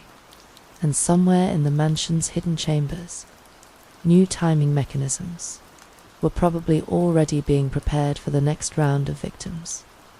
Ethan stumbled to his feet and continued through the forest, guided by the stars and the slope of the land, toward what he hoped was the main road. He had to reach civilization. He had to contact authorities. He had to make sure that no one else answered any advertisements from the Blackwood estate. But even as he ran, he knew it was probably already too late for that. The estate would have contingency plans, alternative methods of finding victims. Mr. Blackwood hadn't been creating displays from dead animals. He had been creating death itself, precisely controlled and artistically arranged. Ethan dropped the journal and stepped back from the table, his mind reeling. The implications were horrific. Every display in the collection represented not just the death of the animals it contained, but their murder. Carefully planned, technically executed murder designed to serve an artistic vision. But even as he processed this revelation, other questions arose. The human figure in the forest display, the realistic quality that had troubled him from the beginning. If Mr. Blackwood had been willing to kill animals for his collection, what else might he have been willing to do? Ethan left the workshop and climbed the stairs to the main floor, his thoughts churning. He needed time to think, to process what he'd learned. He needed to decide what to do with this knowledge. He found himself in the main gallery, standing before the wolf pack display that had first caught his attention. The great stag reared before its attackers, every line of its body expressing terror and defiance. But now Ethan understood what he was seeing. This wasn't a recreation of a hunting scene. It was the hunting scene itself, preserved at the moment of its climax. The stag had been alive when the wolves attacked. It had been alive when Mr. Blackwood's gas began to take effect. It had died not from wolf fangs, but from chemicals, its final moments captured and preserved for aesthetic appreciation. Every animal in the collection had suffered the same fate, lured into elaborate scenarios, then killed at the moment of greatest dramatic impact. Not for science, not for education, but for art. Ethan spent the rest of the day walking through the galleries, seeing everything with new eyes. Each display represented countless hours of planning and preparation. Mr. Blackwood would have had to study his target animals for months or years, learning their habits, understanding their behaviors, predicting their reactions to specific stimuli. He would have had to construct elaborate stage sets in wilderness locations, complete with hidden gas delivery systems and monitoring equipment. He would have had to coordinate complex operations involving multiple species, timing everything, precisely to achieve the desired artistic effect. The logistics was staggering. The dedication was absolute. The results were masterful, and it was all built on systematic, premeditated murder. That night, Ethan called Miss Thorne from the telephone in his room. "I found Mr. Blackwood's workshop," he said without preamble. There was a long pause on the other end of the line. "I see. And what did you think of it?" "I think I need to leave immediately." Another pause, longer than the first. "Mr. Hayes, I'm afraid that's not possible. The roads are quite dangerous at night, and there's a storm moving in. Perhaps we could discuss this in the morning." Ethan looked out his window at the clear October sky. "There's no storm, Miss Thorne. Nevertheless, I think it would be best if you stayed until we can arrange proper transportation. I'll speak with Jarvis about driving you back to the city tomorrow." The line went dead. Ethan stared at the receiver, then set it back in its cradle. Something in Miss Thorne's tone had been wrong, too controlled, too careful, as though she had been expecting this conversation. He packed his bags and tried to think through his options. The mansion was isolated, 3 miles from the nearest public road. He had no car, no way to communicate with the outside world except for the telephone, system that Miss Thorne apparently controlled. He could try walking out, but 3 miles through dense forest in darkness was dangerous under the best circumstances. Better to wait until morning, he decided. Better to leave in daylight, when he could see where he was going and what might be waiting for him. But sleep proved impossible. Every sound in the old mansion seemed threatening now, every creak and whisper a potential sign of danger. Ethan found himself listening for footsteps in the corridors, watching the shadows under his door for signs of movement. Around midnight, he gave up on sleep and decided to explore more of the mansion. If he was going to leave in the morning, he wanted to understand as much as possible about what Mr. Blackwood had been doing. The more evidence he could gather, the better his chances of convincing authorities to investigate. He made his way through corridors he hadn't explored before, checking rooms that had been locked during his earlier tours. Many contained more displays, smaller collections, that showed various aspects of animal behavior and natural history. But in the mansion's north wing, he found something that made him question everything he thought he understood about the collection. room was enormous, clearly designed for entertaining on a grand scale. It had been decorated as a 1920s ballroom, complete with period furniture, elaborate chandeliers, and a small orchestra platform at one end. The walls were hung with Art Deco mirrors and paintings that reflected and multiplied the room's opulent details.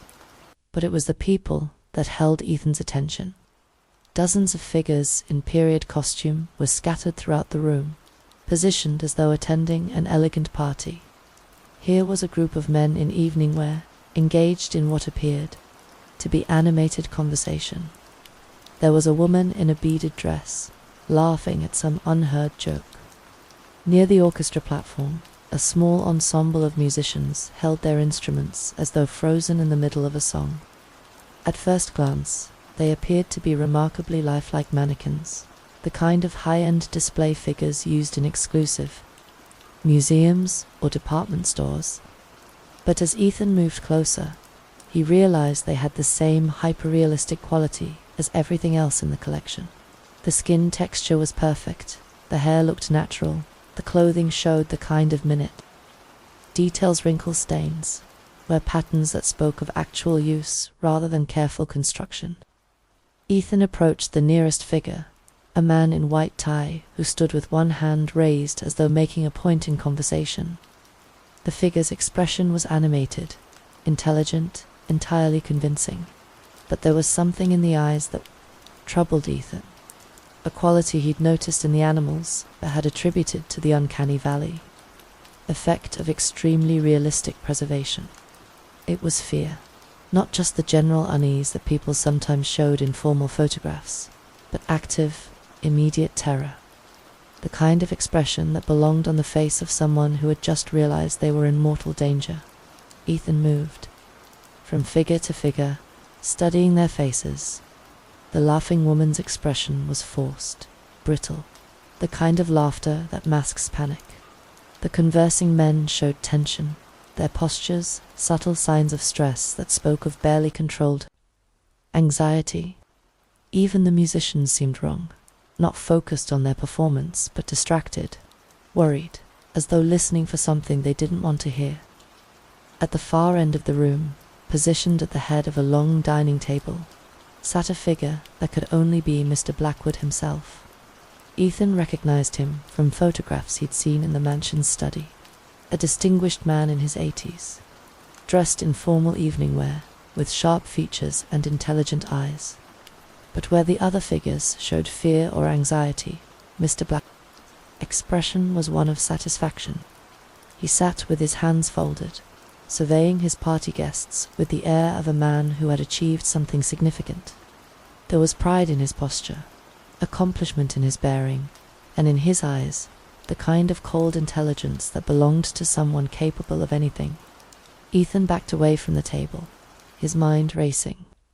The implications were too large, too horrible to fully process. If the figures in the ballroom were real, if they were preserved human beings rather than mannequins, then Mr. Blackwood had graduated from killing animals to killing people. But that raised questions Ethan didn't want to consider. Who were these people? When had they died? How many others might there be throughout the mansion?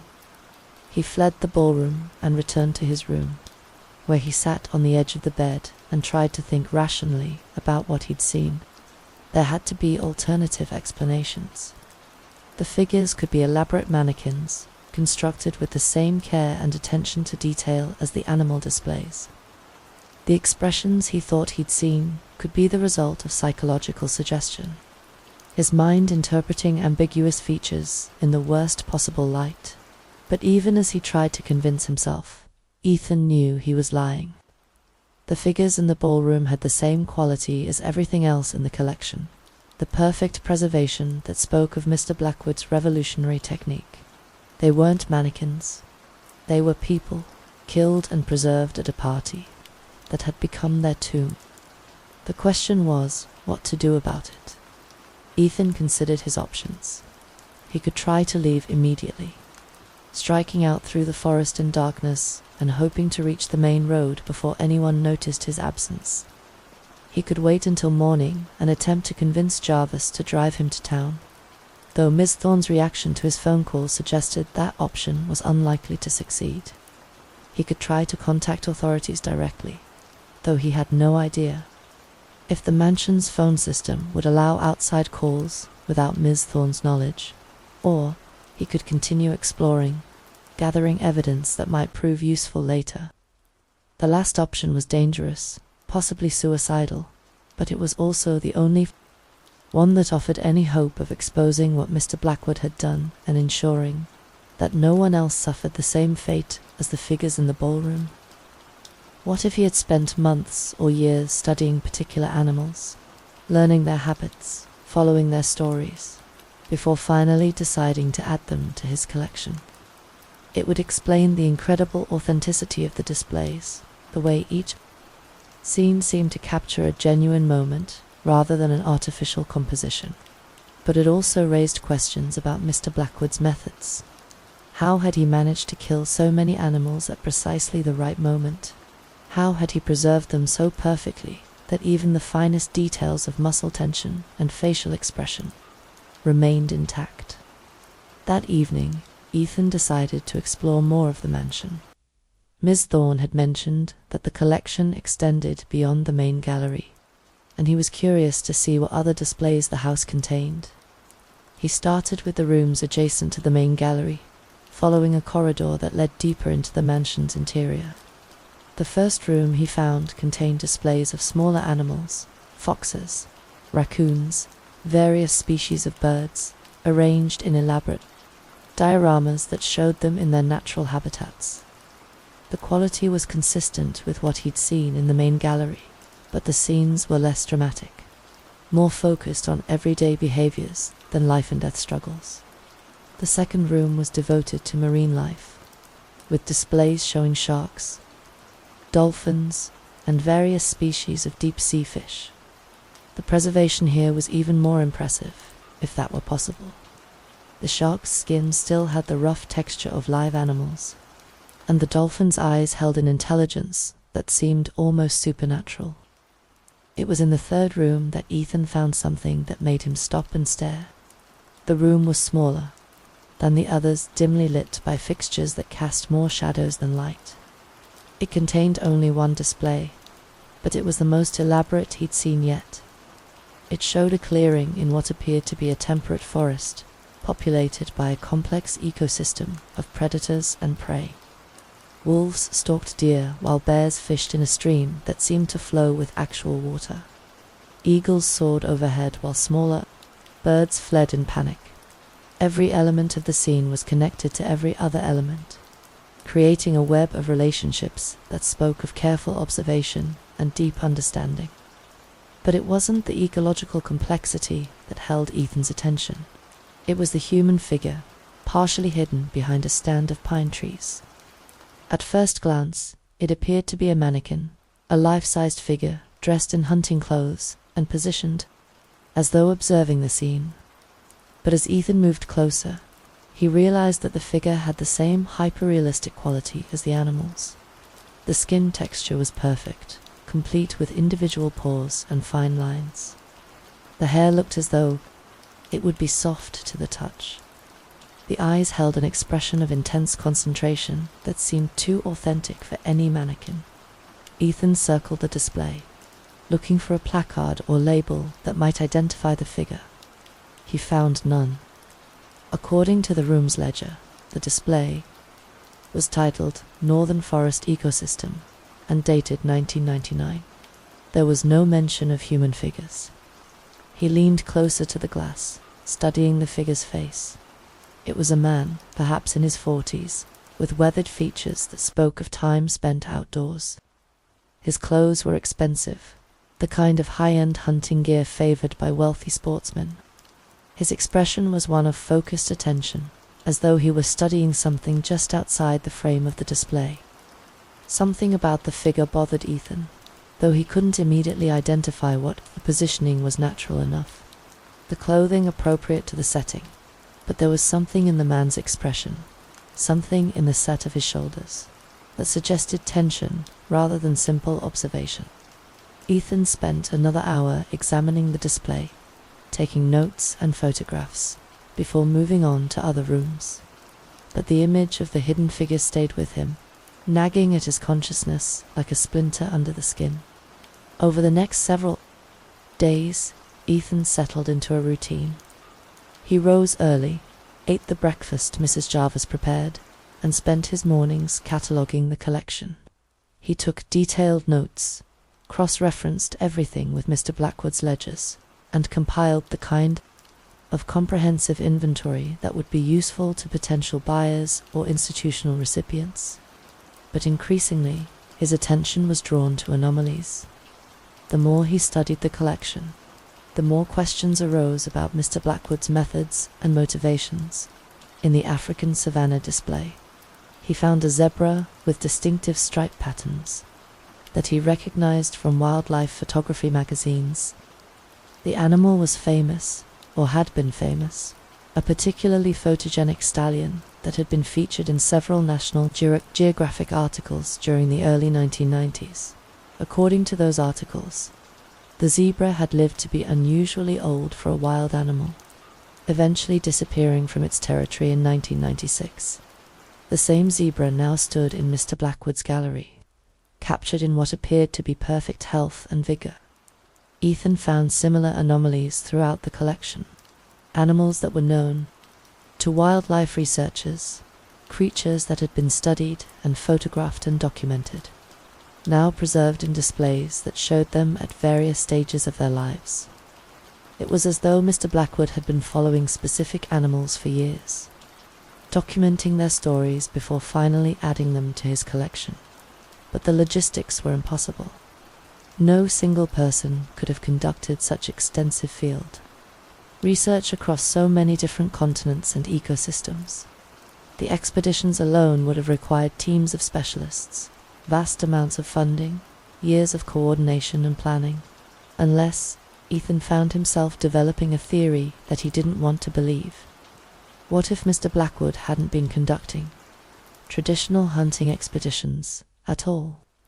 What if he had been doing something else entirely? On his 5th day at the mansion, Ethan decided to search for Mr. Blackwood's workshop. Every taxidermist needed a place to practice their craft, and such elaborate displays would have required considerable preparation and technical skill. Somewhere in the mansion, there had to be evidence of how these remarkable preservations had been accomplished. He started in the basement, working his way through storage rooms and mechanical spaces. Most of the rooms contained exactly what he expected: furnaces, water heaters, electrical panels, and the accumulated debris of decades of habitation. But in the far corner of the basement, behind a door that required considerable effort to open, he found something that made his blood run cold. The room was large and well ventilated, with exhaust fans and chemical storage cabinets that suggested serious scientific work. Stainless steel tables ran along the walls, equipped with drainage systems and what appeared to be sophisticated refrigeration units. Shelves held bottles and jars filled with liquids and powders that Ethan didn't recognize, labeled with chemical formulas and dates. But it was the equipment in the center of the room that held his attention. A complex apparatus that looked like a cross between a surgical suite and an industrial processing station, complete with gas lines, pressure gauges, and monitoring equipment that belonged in a research laboratory rather than a private workshop. Ethan moved closer, studying the machinery. Much of it was unfamiliar, clearly custom-built for specific purposes, but some components he recognized from his graduate work in museum sciences: vacuum chambers for removing air from specimens, chemical baths for preservation treatment, precision injection systems for introducing preservatives into tissue. On one of the work tables, he found a leather-bound journal filled with handwritten notes and technical diagrams. The writing was dense, scientific, filled with chemical formulas and process descriptions that read like advanced research rather than hobbyist. Experimentation.Ethan opened the journal to a random page and began to read. March 15th, 1997. The acetylene mixture continues to show promising results. Cellular preservation is nearly perfect, with minimal tissue degradation, even after extended exposure. The key appears to be the timing. Introduction must occur at the precise moment of respiratory suspension, before cellular oxygen debt triggers decomposition cascade. The wolves have provided excellent test subjects. Their pack behavior makes it possible to treat multiple specimens simultaneously, preserving not just individual animals, but entire social dynamics. The alpha male shows particularly fine muscle definition, every fiber preserved in the moment of maximum tension. Next expedition, African plains. The migration patterns will provide opportunities for larger-scale preservation. I envision entire herds captured at the moment of greatest vitality. Ethan's hands began to shake as he read. The journal entries described not traditional taxidermy, but something far more sophisticated and disturbing. Mr. Blackwood hadn't been hunting animals in any conventional sense. He had been perfecting a process for preserving living creatures at the moment of death, using some kind of gas or chemical treatment that stopped decomposition before it could begin. He flipped to other entries, each more detailed and technical than the last. Descriptions of field equipment designed to deliver precise chemical mixtures over large areas. Notes about animal behavior under stress. Observations about the ways different species reacted to various atmospheric changes. Calculations about gas density and dispersal patterns designed to ensure even coverage across complex terrain. The picture that emerged was of a man who had spent decades developing and refining a process that went far beyond anything Ethan would have thought possible. But as they walked, Ethan began to notice things that troubled him. In the jaguar display, one of the parrots hung at an odd angle, its neck bent in a way that suggested violence rather than natural positioning. In the polar bear scene, a seal pup lay separated from its mother, its flippers positioned as though it had been trying to escape something. The expressions on the animal's faces and Ethan found himself thinking of them as expressions rather than simply the accidents of preservation were uniformly intense, often fearful. Mr. Blackwood was particularly interested in predator-prey relationships, Miss Thorne explained, noticing his scrutiny. He felt that the moment of greatest tension between hunter and hunted revealed something essential about the nature of existence. They paused before a display that made Ethan's stomach tighten. It showed a pack of wolves bringing down a magnificent stag, their teeth bared and eyes blazing with predatory hunger. The stag reared on its hind legs, antlers lowered, every line of its body expressing defiance and terror. But it was already too late. 2 wolves had fastened onto its flanks, while a third went for its throat. "This is from his final expedition," Miss Thorne said. "Montana, 1998. He spent weeks tracking this particular pack, studying their hunting patterns." Ethan stared at the stag's eyes, dark, liquid, impossibly expressive. There was intelligence there, and something that looked disturbingly like awareness, as though the animal had understood in its final moments exactly what was happening to it. How did he manage to capture such dynamic scenes? Ethan asked. "Most taxidermy I've seen is much more static." Mr. Blackwood's methods were proprietary, Miss Thorne replied. "I'm afraid the details of his process died with him." Something in her tone suggested that the conversation was closed. Ethan nodded and continued his examination of the displays, but the question nagged at him. Traditional taxidermy involved mounting prepared skins over artificial forms, mannequins essentially. The process was time-consuming and required considerable artistic skill, but the results were inevitably static. What he was seeing here suggested something entirely different, as though the animals had been frozen in time rather than simply preserved. They spent 2 more hours touring the gallery, which Ethan learned was only one of several throughout the mansion. Miss Thorne showed him the catalogue. "System handwritten ledgers that recorded the provenance of each specimen, along with detailed notes about the circumstances of acquisition. She explained the environmental controls that maintained perfect temperature and humidity levels. She gave him keys to various rooms and storage areas, along with a map of the mansion's labyrinthine layout. "You'll be staying in the East Wing," she said, as they concluded the tour. "Your room is on the second floor, overlooking the gardens. Meals are provided.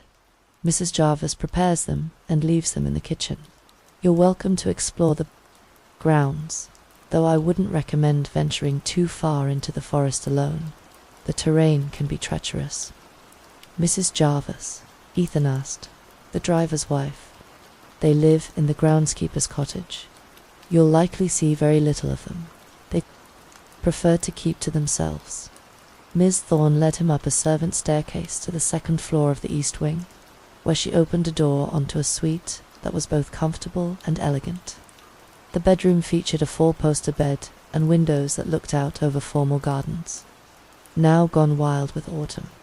A sitting room adjoined it, with a desk positioned to take advantage of the natural light.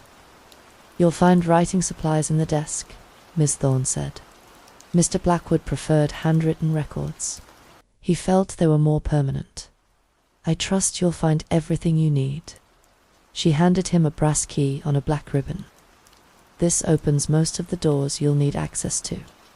If you find any rooms that are locked, please don't attempt to force entry. Some areas of the house contain delicate materials." After she left, Ethan unpacked his belongings and tried to process what he'd seen. The collection was extraordinary. Easily the most impressive private natural history display he'd ever encountered.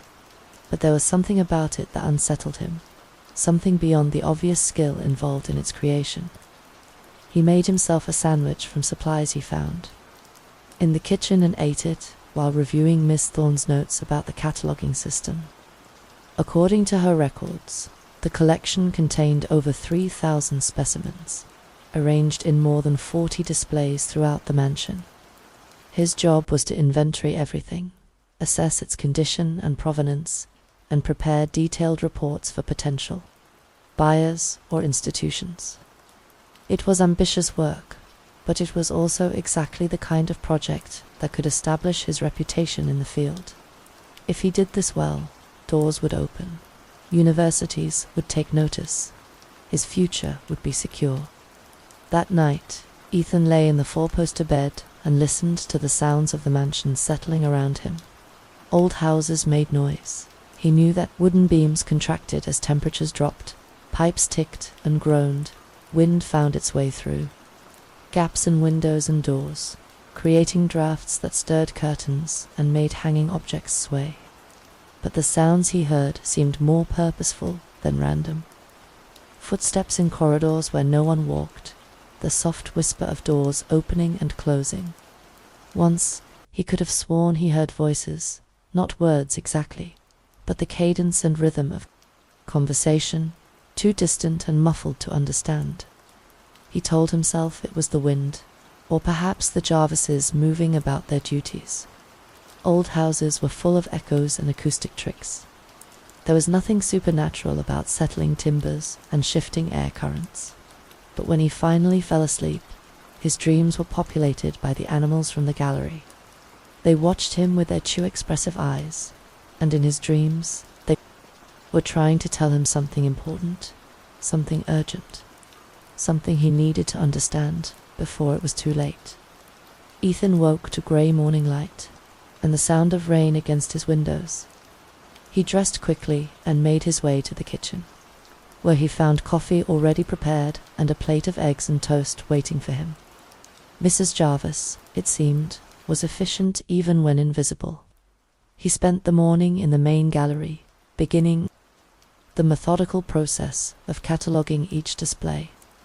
He photographed the overall scenes, then moved in for detailed shots of individual specimens. He took notes about condition, artistic quality, and apparent age of the pieces. He everything with the ledgers Miss Thorne had shown him. It was precise, absorbing work, and for several hours he was able to push aside his unease and focus on the task at hand. But as the day progressed, his discomfort returned, stronger than before. The problem was the animal's positioning. Traditional taxidermy required the taxidermist to guess at natural poses based on photographs, sketches, or personal observation. The results, no matter how skillful, inevitably carried a certain artificial quality. The slight stiffness that came from working with static materials and imperfect knowledge. But these animals moved, or rather, seemed as though they had been moving when time stopped. Their muscles were tensed in ways that suggested ongoing action rather than posed stillness. Their expressions carried emotional weight that spoke of awareness, fear, determination, rage. It was as though each creature had been captured at the precise instant of its most intense experience and held there, suspended between one heartbeat and the next in the wolf-pack display. Ethan noticed something that made him stop and look more carefully. The great stag that served as the pack's target had a scar on its right leg. Not a neat line where a bullet had grazed it, but a complex pattern of marks that spoke of an old injury, something that had healed poorly and left permanent damage. Ethan consulted the ledger. According to Mr. Blackwood's notes, the stag had been acquired during a hunting expedition to Glacier National Park, September 1998. But if it had been hunted for the display, how could it have survived long enough for such an injury to heal? The scarring was extensive, the kind that would have taken months or even years to fully form. He moved to other displays and began looking more carefully at individual animals.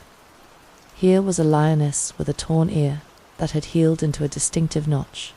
There was a grizzly bear with claw marks across its snout, old wounds that had left white scars against the dark fur. In the Amazon display, one of the jaguars bore the marks of what appeared to be a territorial fight. Parallel scratches across its flank that had clearly happened well before its death. Every animal in the collection carried similar evidence of lives lived, injuries sustained and survived. These weren't creatures that had been hunted and killed for display purposes. They were animals that had lived complex, lengthy lives in the wild before somehow ending up in Mr. Blackwood's collection. Ethan spent the rest of the day thinking about this puzzle. Traditional collecting expeditions were exactly that, expeditions, designed to gather specimens for museums or private collections. Hunters went out with specific goals and came back with specific results. They didn't spend years tracking individual animals, documenting their life histories, waiting for the perfect moment to strike. But what if Mr. Blackwood had been doing exactly that? What if his expeditions weren't hunting trips, but extended observation projects?